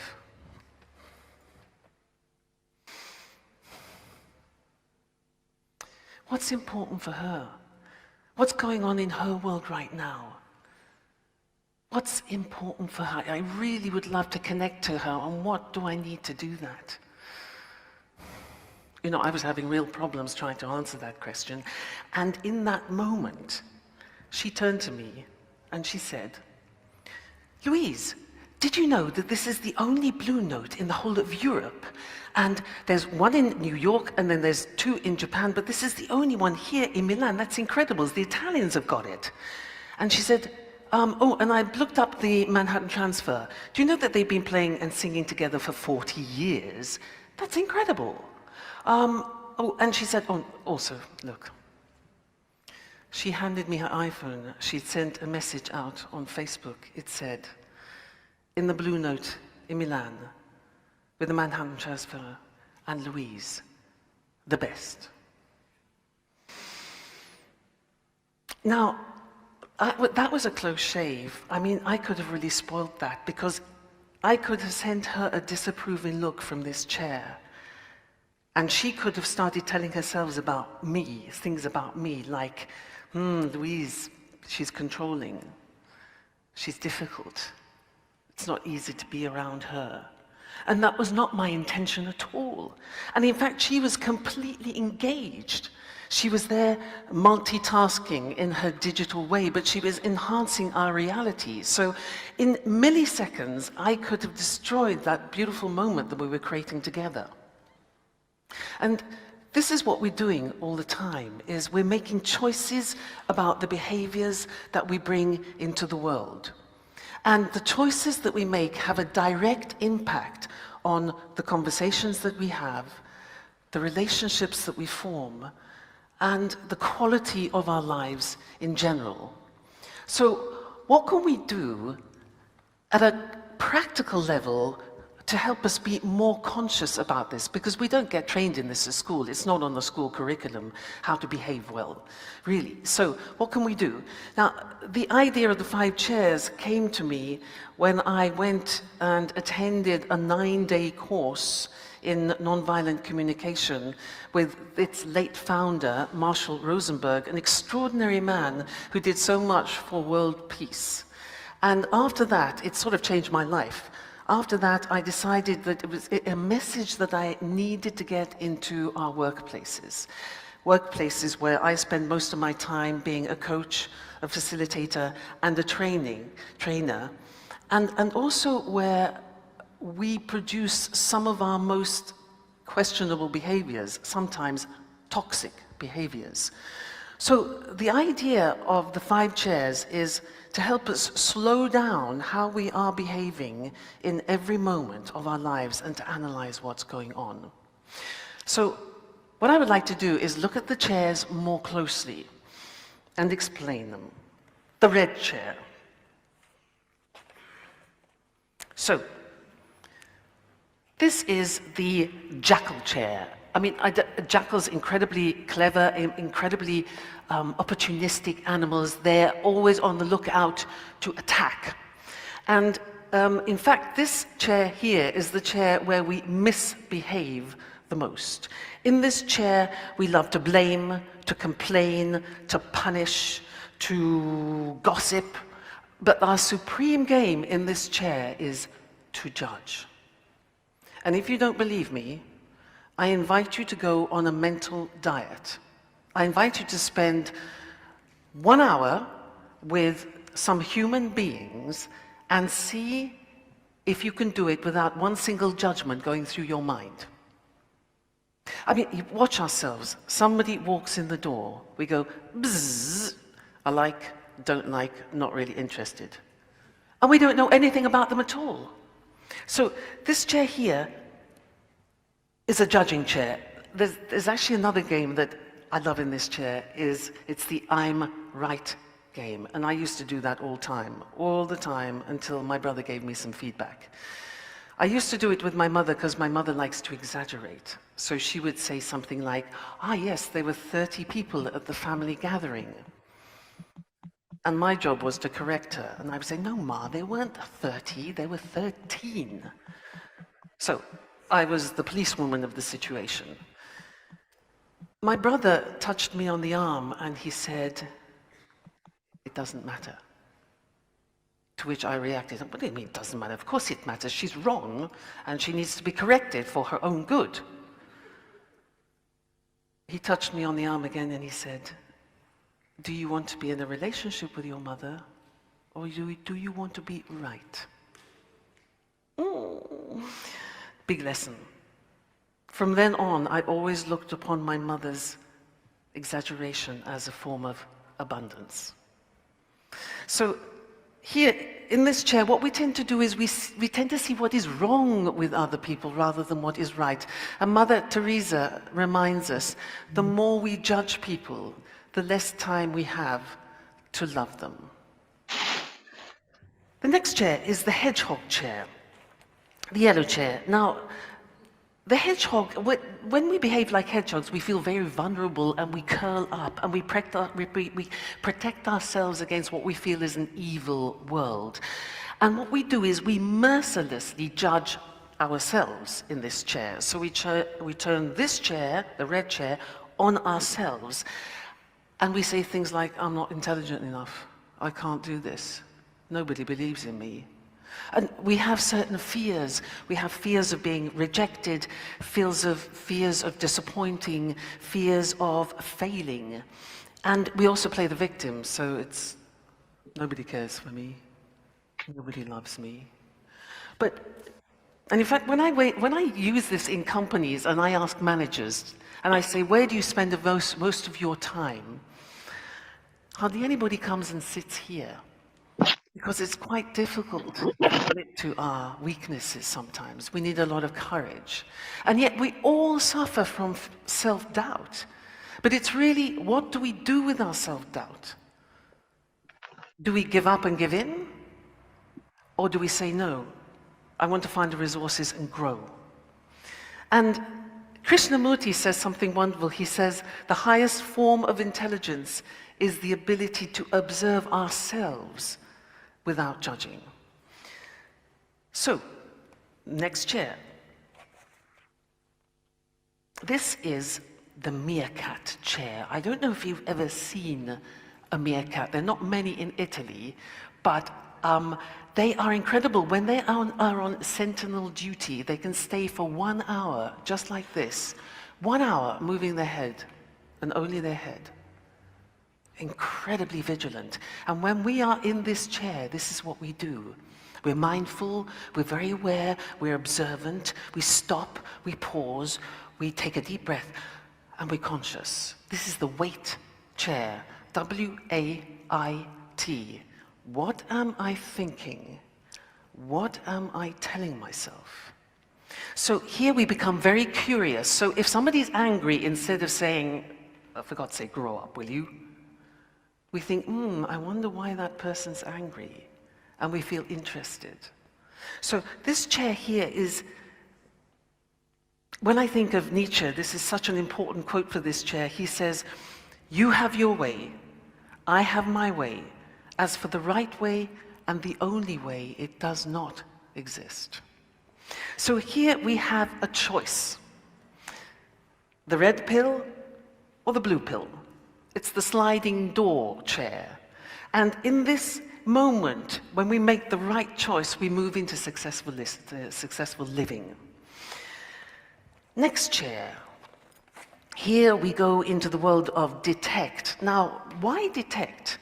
Detect because we become detective of ourselves, like Sherlock Holmes of ourselves. We take a magnifying glass and we look at our behaviors.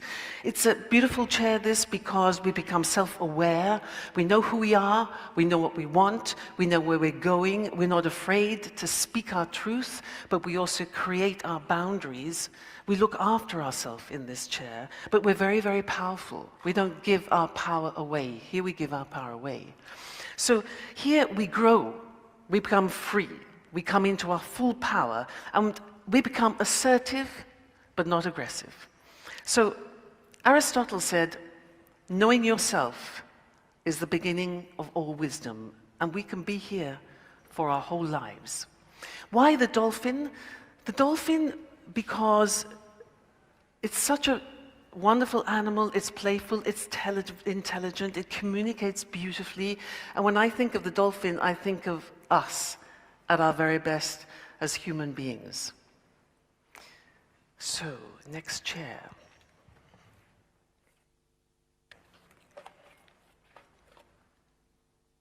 This is the giraffe chair. Very beautiful chair, very difficult. I don't know if you know, but the giraffe has the biggest heart of all land animals. It's that size. And not only does it have the biggest heart, it also has the longest neck. So it has incredible vision. And so when we are in this chair, we are displaying empathy and compassion and understanding. And in this chair, we put our egos on the back burner. And we listen to people. We hold people in our presence. And we care for them. And stepping into somebody else's shoes and understanding them is a great act of generosity. Abraham Lincoln once said, "I don't like that man. I must get to know him." And so in this chair, it's an invitation to look at other perspectives, to embrace other realities, to embrace diversity, and to become tolerant. And the most important question in this chair is, what is important for him or her in front of me? And the intention in this chair is to stay connected whatever happens.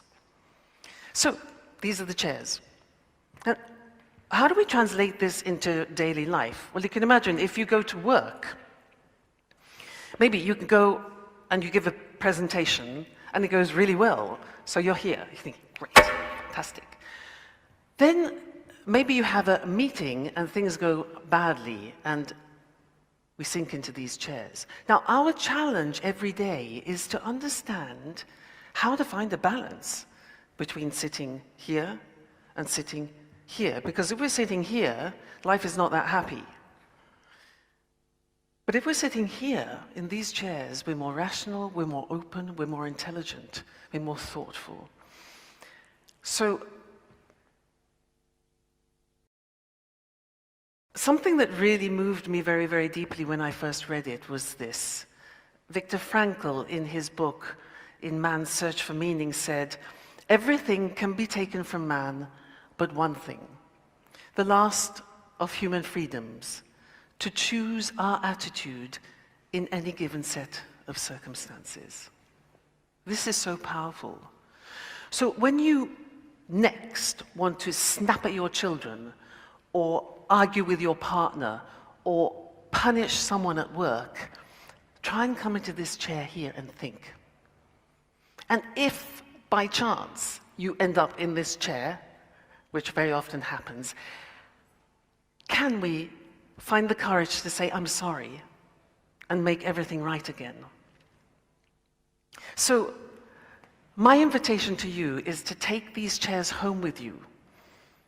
Play with them. Make them your own. Teach them to your kids. They get this immediately. Put 5 of them in the boardroom at work and watch how your meetings will improve.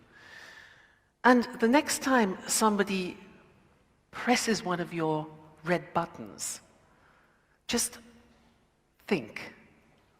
5 chairs, 5 choices. Can we all commit to making our homes, our workplaces, and this world a better place, one behavior at a time?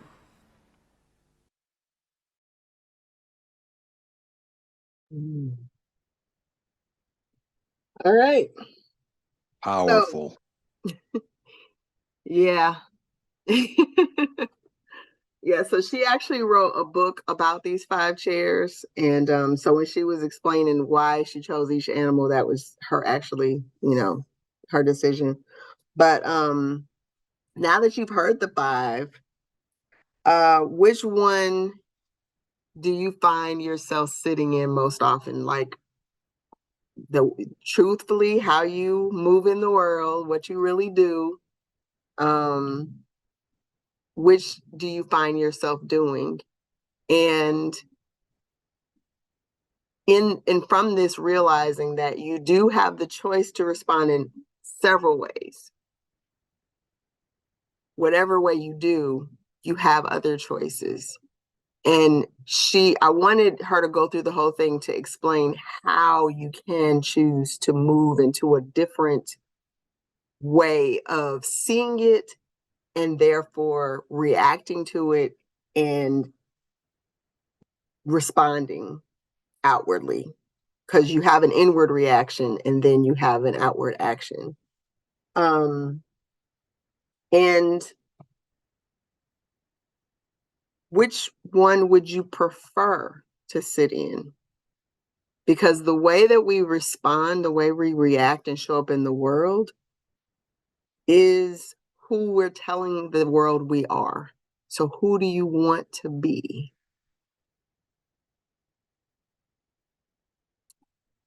And think about, again, what we were talking about earlier,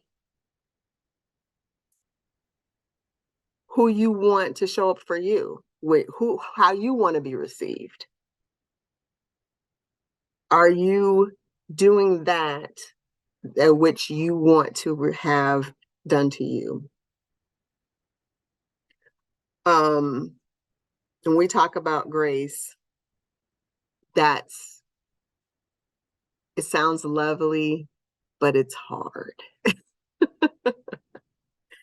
Because we have to not respond to what we think based on our life, our experiences, our perspectives, and set all of that aside, realizing that we actually know nothing about what's going on, that this person is behaving or saying, the things that they're doing.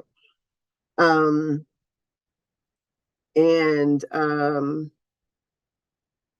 knowing that your communication is a huge part of your identity, regardless of what you think of yourself, your actions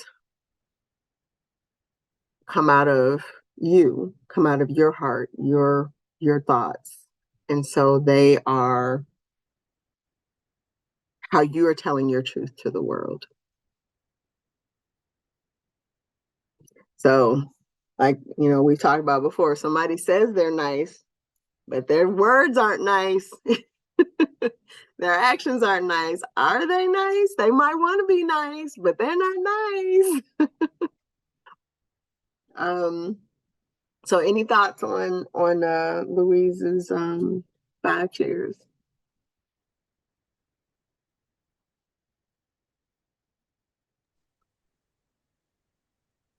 I think we've talked, well, as I was just perusing the list there, as I took some notes, I think I've sat in all of those chairs. And the Lord's been dealing with me on being judgmental. That's being very, very honest right there. But of course, I want to end up in the giraffe chair. And, valuing people is something that the world needs now, more than ever. If we would just value each other more, this whole cancel culture and all the garbage that's going on in this society would find a hard place to hide, But the red chair, I hate to say it, but it slapped me right in the face. So that was sort of a red pill moment for me right there. Thank you, Brian. Tim, you were gonna say Yeah, I something? was just I'm blown away. I'm almost speechless, but I do tend to jump. I'd like to ideally say I'm in the dolphin chair, not the giraffe one. I should like to go with that one, but I tend to be the meerkat or the what was it? The not the porcupine, whatever you call that thing. Hedgehog. Hedgehog. But the yeah, the dolphin and the hedgehog, I seem to, and if I'm the meerkat, it's because I just don't know what to do about the situation. I want to help it, cure it, improve it, but I'm like, I don't know what to do. I just don't know what. So I freeze up, and I'm just like, Mm-hmm. I just. But then I have to realize I can't do this. I've got to move forward. So then I try to jump into the. Sometimes I try to jump into the dolphin or the giraffe, but I just can't do it yet. I'm not ready. So, not to sound so preachy, but I have to pray a lot because my flesh part of me wants to react a certain way, and I have to say, Lord, please help me with this because I want to do this the right way, and I need your wisdom. And sometimes He'll tell me, sometimes not necessarily, or He'll tell me later. But wow, it's musical chairs. But I really do want to be between the dolphin and the giraffe, but I'm getting there. But I think I want to sum it up by saying I think the most important thing for me that I've learned is to what is it? Be slow to speak, slow to anger, but be quick to listen. I find it a lot easier just to try to listen first and try to take it all in first before I open my big mouth. Yeah. Well, what she was saying at the beginning of that is goes back to what was said earlier about asking the questions. Because the best way to communicate is from the person to connect with the person and where they're at. And it's hard to do that. And she was very transparent about the fact that she didn't actually know. Like she did all these things, but didn't take the time to find out what her and for those who don't part we say boyfriend, girlfriend, husband, wife. In most other countries they say partner. We only say partner when it's same-sex relationships in America, but in other countries they say partner regardless. So the daughter, she recognized that, you know what, I didn't actually take the time to find out what she wanted, what she likes, what she's interested in. And sometimes just us asking the questions of ourselves to connect to a person, we realize that we haven't taken the time that we should with others to, really understand them, to be able to relate to them, to be able to get across to them. And that's one of the key things that I am successful in my job, is that I don't speak from the perspective of why I think it should be, but the audience that I know is in, whether it's a one-on-one conversation, who I'm talking to, whether it's a group or a person, I tell them why we should based on what they care about. I may feel like it's inconsequential, but it's what they care about. So that's the perspective that I speak to, is what they are concerned about, what their issue is, and how this is going to make it better for them, because that's all they know is what they're feeling and how they are need to do this new thing or change what they've been doing, and why should I want to do that. So a beignet. Okay. Just trying to take myself off mute. Yeah. This, thank you so much, Tanisha, for one. Tashawn. Sean, thank you. That's okay. I got your name wrong earlier. We will both work on it. We're both gonna work on it. But this has been so eye-opening and revelational. And it's interesting, as she was going through and talking about each chair, my mind kept going back to the whole to a biblical sense, right?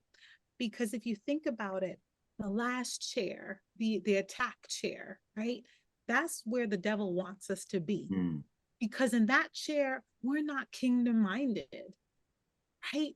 We are actually disconnected. And this whole cancel culture, I really think it's really about separation and separating us from each other to keep us down, because hurt people hurt people. So then we continue this process of, not not carrying out God's vision for this world. But God really wants us to change our mindset, through his word, through through prayer, through connecting, moving to that purple chair, connecting with each other so that we can become more kingdom minded, so we can start to see, his vision come to fruition. And so it's just been, like I said, this video has just been eye-opening in so many ways, probably for all of us on the call, but that's the interpretation that I gained from it. So I just wanted to share. Thank you. Thank you.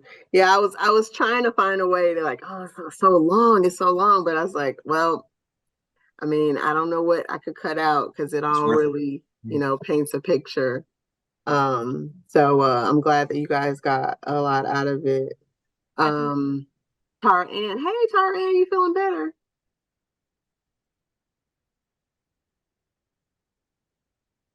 You're on mute, Tara Ann.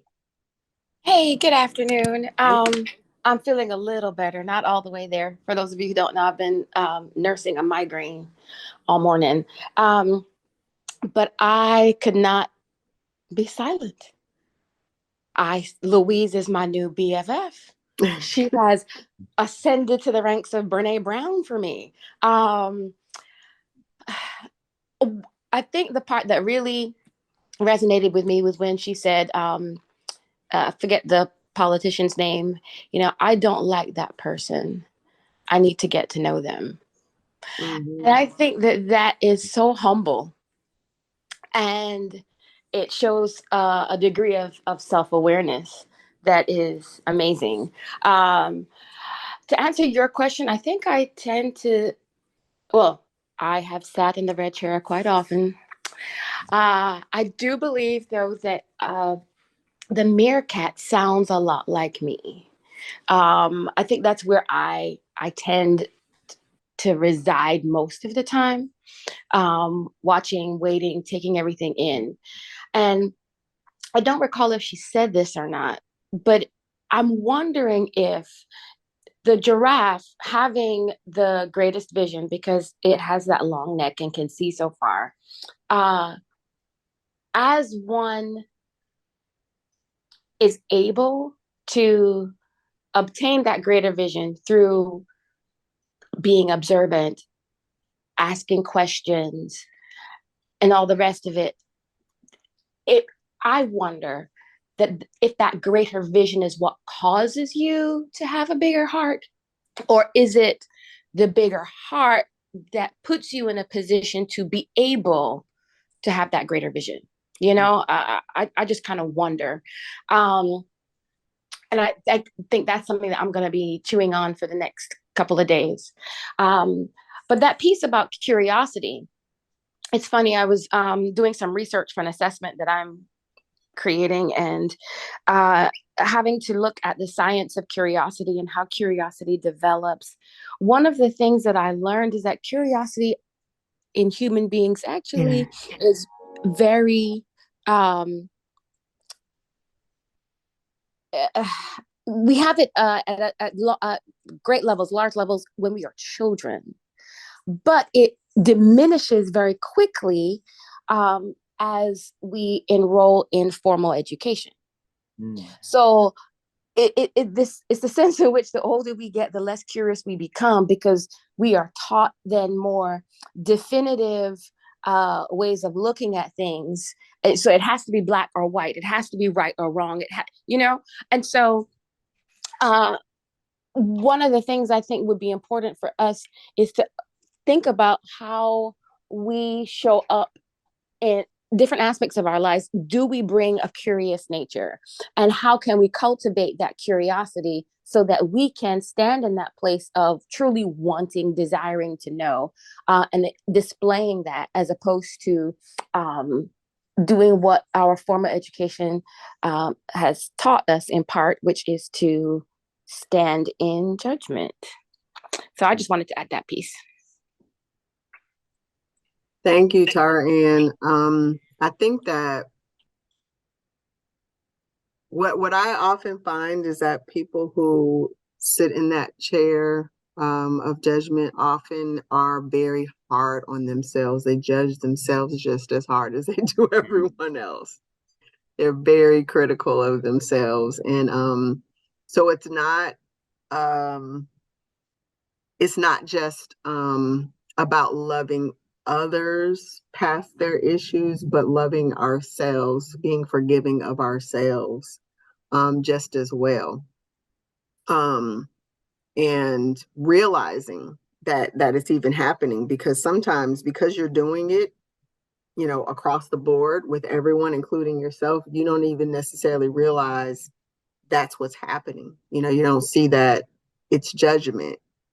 You're like, oh, I'm protecting myself from, because, you know, I've been burned, or, you know, you have these reasons and justifications for it, and they're valid, but they may not be the healthiest way to address the issues or concerns that you're trying to avoid happening again in the future. So it's finding a better way to move forward. So any other thoughts or feedback? We only have, what are we on? Okay, no more clips. That was the last clip. So I just wanted to give a couple of recaps, since it was kind of a lot of information.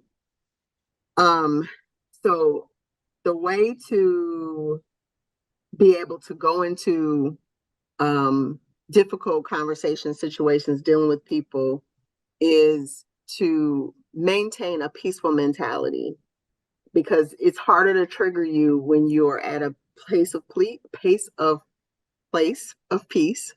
than it is if you're, you know, stressed out or already upset about something else. It will pull that energy or magnify it. So one way to stay in a peaceful place is to not take things personally. Most of the time, things are not about us. Somebody snapping at you, somebody not waiting on you first, them giving you the wrong change, whatever it is that might have happened, it probably had nothing to do with you. They might have been upset when they got there that day. They might have just left a difficult conversation situation. They might be tired. I mean, so many things that have nothing to do with you that it could have been, whereas it being about you is one of millions of reasons why things happen the way they did.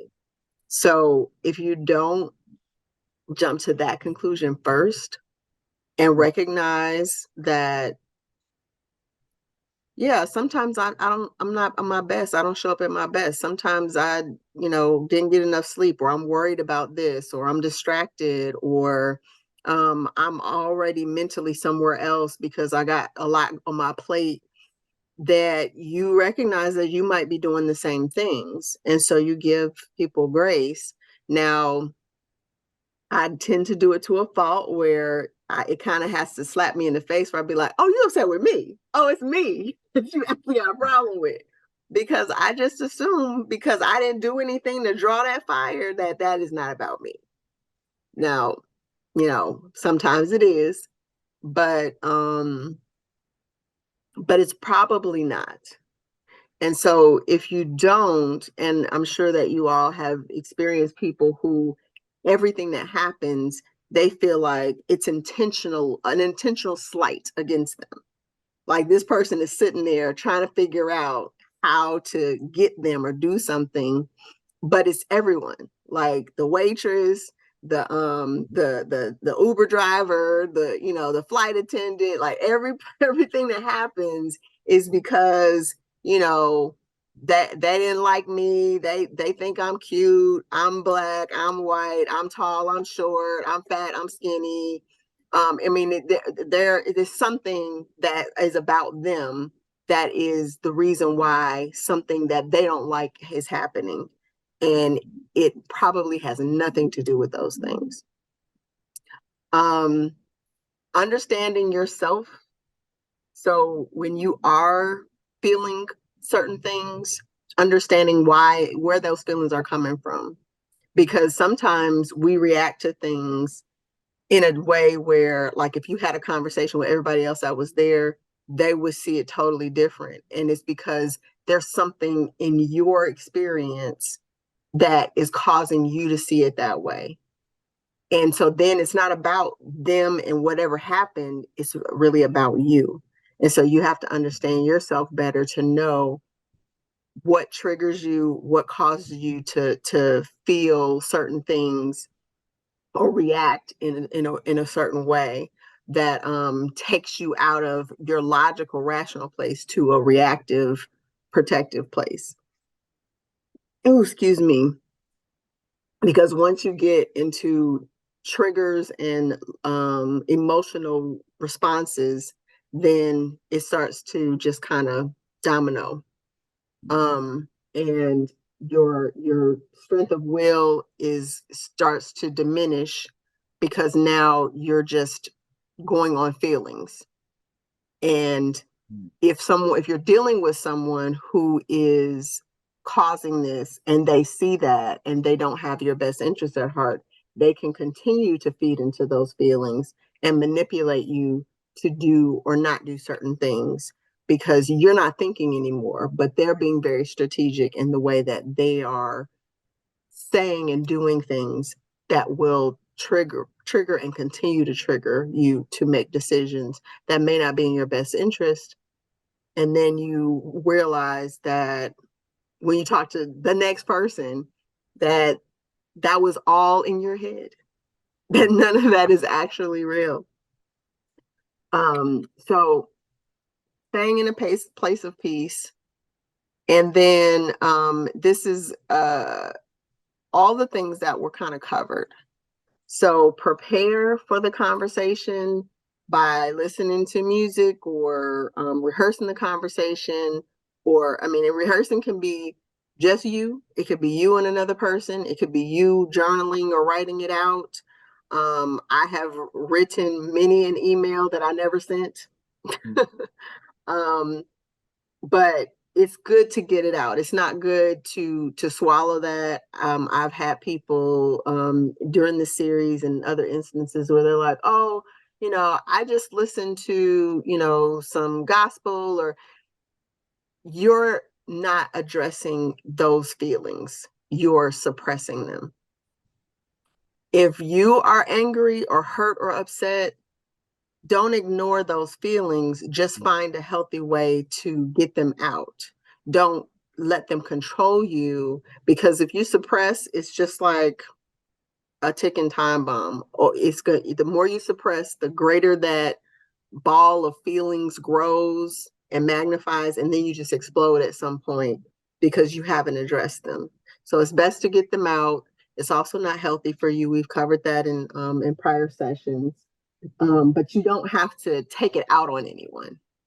And if you know that you're in a situation where you have these feelings and you can't like deal with them in that moment, it's nothing wrong with letting someone know that. Like if you share an office space, or you're dealing with someone in your personal life, like your significant other or whatever, if you need time, then let them know that. Because if you just shut down, they're going to definitely think that it's about them, because they're engaging you and you're ignoring them, or you're, keeping them at a distance. So you just tell them, you know what, I am dealing with something and I don't want to take it out on you. I'm upset, I'm hurt. I'm going to talk to you about it, but I need to process it. I need a minute, however you want to state that. But at least give them that to be able to say, okay. Because what do people do, especially if they care? They keep pressing. Like, are you okay? What's wrong? What's going on? And you're just like, I just need a minute. So you start to get more upset because they're not giving you that. So if you just ask them, hey, can you give me a minute? I just need to, kind of get myself together. Or, that's what I used to say straight up. I don't want to take it out on you. so I need to, And I think that kind of helps to not get into those situations where people are just like, I don't know what's going on. Like, so then you end up with a whole other problem because lack of communication. You want to, in the moments, whether you're in the conversation or not, you want to just take a breath. Don't feel like you have to immediately say something. And we talked earlier about being comfortable in the quiet. If anybody's ever, well, Brian, you were in law enforcement, right? And is Calvin still? Oh, I don't think Brian was in law enforcement. Was the military? I don't know why I was thinking that, but okay, maybe I'm misremembering. It's Calvin who's in military. Well, Calvin was in the was an officer, but I thought Brian also was in. Am I wrong, Brian? No. Journalism. Oh. Yeah, I was in television. Okay. It must have been. They must have been one of them pictures that you had up, because that's a different picture that looked like you had a uniform on or something. Okay, I'm often wrong, and once again, I'm. but no judgment here. No judgment here. there's a tactic that's used in talking to people that officers use, where they'll allow for uncomfortable silences because people need to fill the silence with things. And so not to say you want to make people feel uncomfortable, but you can use that in your way of dealing with people to not make it where you're feeling like you have to say things, but you can make points by saying nothing. So you can ask questions, and those thought-provoking questions instead of you telling them that, your question and then letting them sit in it will tell them what you would have said. They'll tell it to themselves. And when someone is telling themselves something, they're more open to receiving it because they have come to it on their own, as opposed to you telling them that, you need to, they're seeing it for themselves and they're accepting it for themselves, because they would be arguing with themselves if they didn't. So we talked about moving towards the conflict and acknowledging responsibility, defining the outcome, figuring out like, okay, where do we want this to go? What's going to be a good end to this or next step in the relationship? Don't assume that you know. Assume that you don't know. It's likely that you don't, because you're having a misunderstanding, a miscommunication. And then you want to listen and validate and then restate the outcome. So you want to come out of it with some resolution of moving forward, we're going to do this, and have that understanding, and not assuming, but actually, stating that, okay, moving forward, we're going to, we're going to talk more, or I'm going to ask you first, or you're going to talk to me about how you're feeling. Whatever that decision on how things could have been better and will be better in the future, you want to have that understanding as the result of the conversation or the discussion. And we're, obviously way over.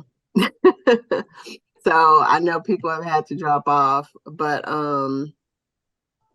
is there anything that anybody wanted to either ask, like you're going through something in particular? I know Kimberly had to go, but if there was something particular that you were trying to deal with, or that you wanted to share about something maybe that you've dealt with, there you go, Shu. Then please ask or share your thoughts or your experience.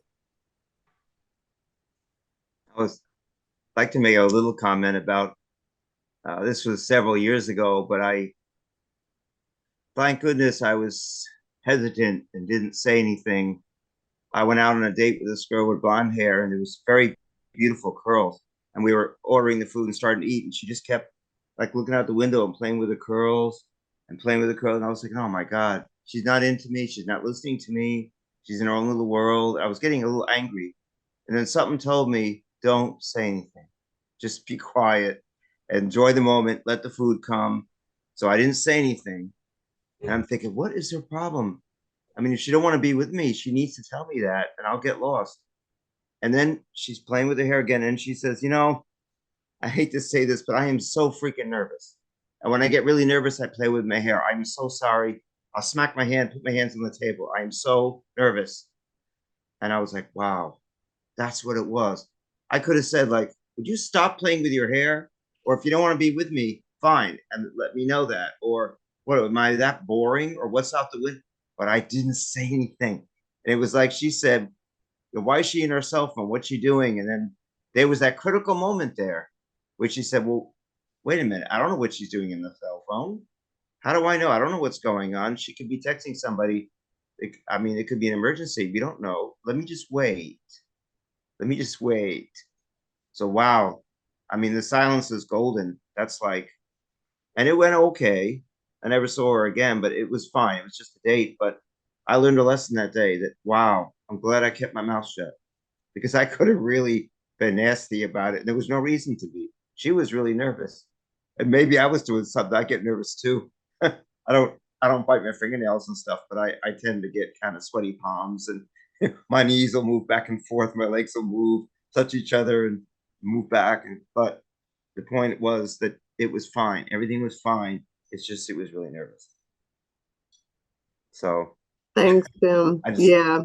just had to say that. I just had to, because it may not seem like a big thing, but it's just one of those little things. You just gotta enjoy the moment and be quiet. Just wait. Yeah. Well, I mean, but the irony of like what you were saying, I mean, you were probably feeling nervous or uncomfortable, obviously, and so was she. Yeah, obviously And we and both she were. she chose to be vulnerable enough to share that. Yeah, And so you're like, oh, totally different perspective. Like, right. okay, I didn't realize that, but I also am feeling, nervous. And then you can laugh about it. Yeah. And part of you, of course, is laughing at what you were thinking that you didn't say. Like, man, I would have had that wrong. Oh, it could have been awful. Can't. Yeah. Yeah. And that's the ironic. I mean, we talked about the differences, but we hadn't talked about the fact that sometimes the very thing that we're feeling uncomfortable and insecure about, that other person may be feeling the same thing. And if we can take the position or have the courage to say,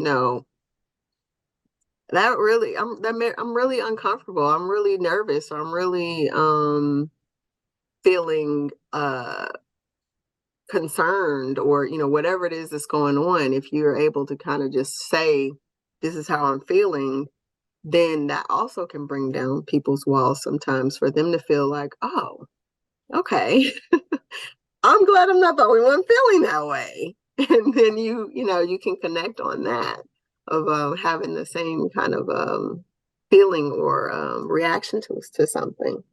Yeah, because my nervousness was not visible. I was wiggling my toes and put my knees together several times, but that was under the table. You would never see that. So mine was not visible, but hers was. And that's fine. I'm just grateful that she said something. But I'm so afraid that eventually I might have said something, and that would have been devastating. I just would not want that to happen. It's not Yeah. worth it. Yeah. I just Anyone wanted to else? say that. Thank you, Tim. Yeah. Anyone else? Daria, Janetta, Amir. Been a quiet group today.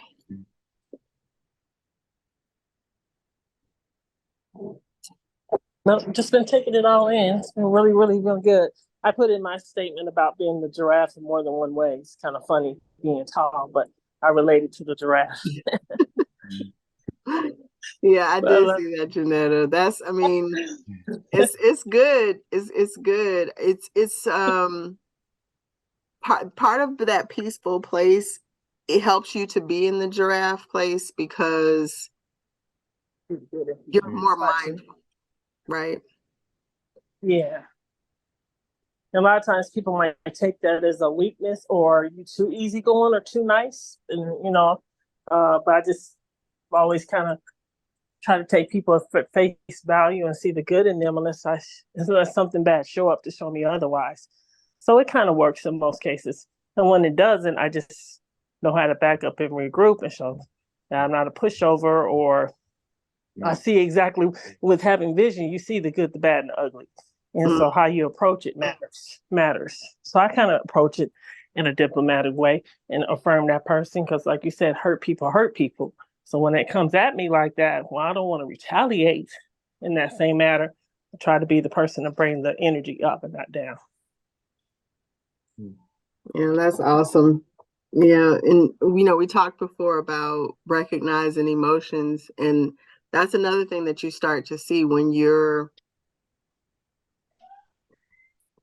able to kind of have that perspective state where you notice little things that because people tell on themselves all the time.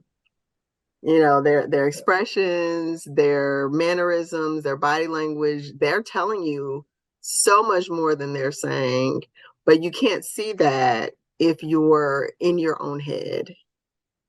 And so if you can be present and really, watch and listen, you can learn a lot about people from just kind of being in that moment and not assuming or judging or thinking, about all of your feelings, but like, oh, man, and then as you get to know them, then you know, like, oh, they're nervous, oh, they're scared. You can tell because what their tells are. Any other thoughts?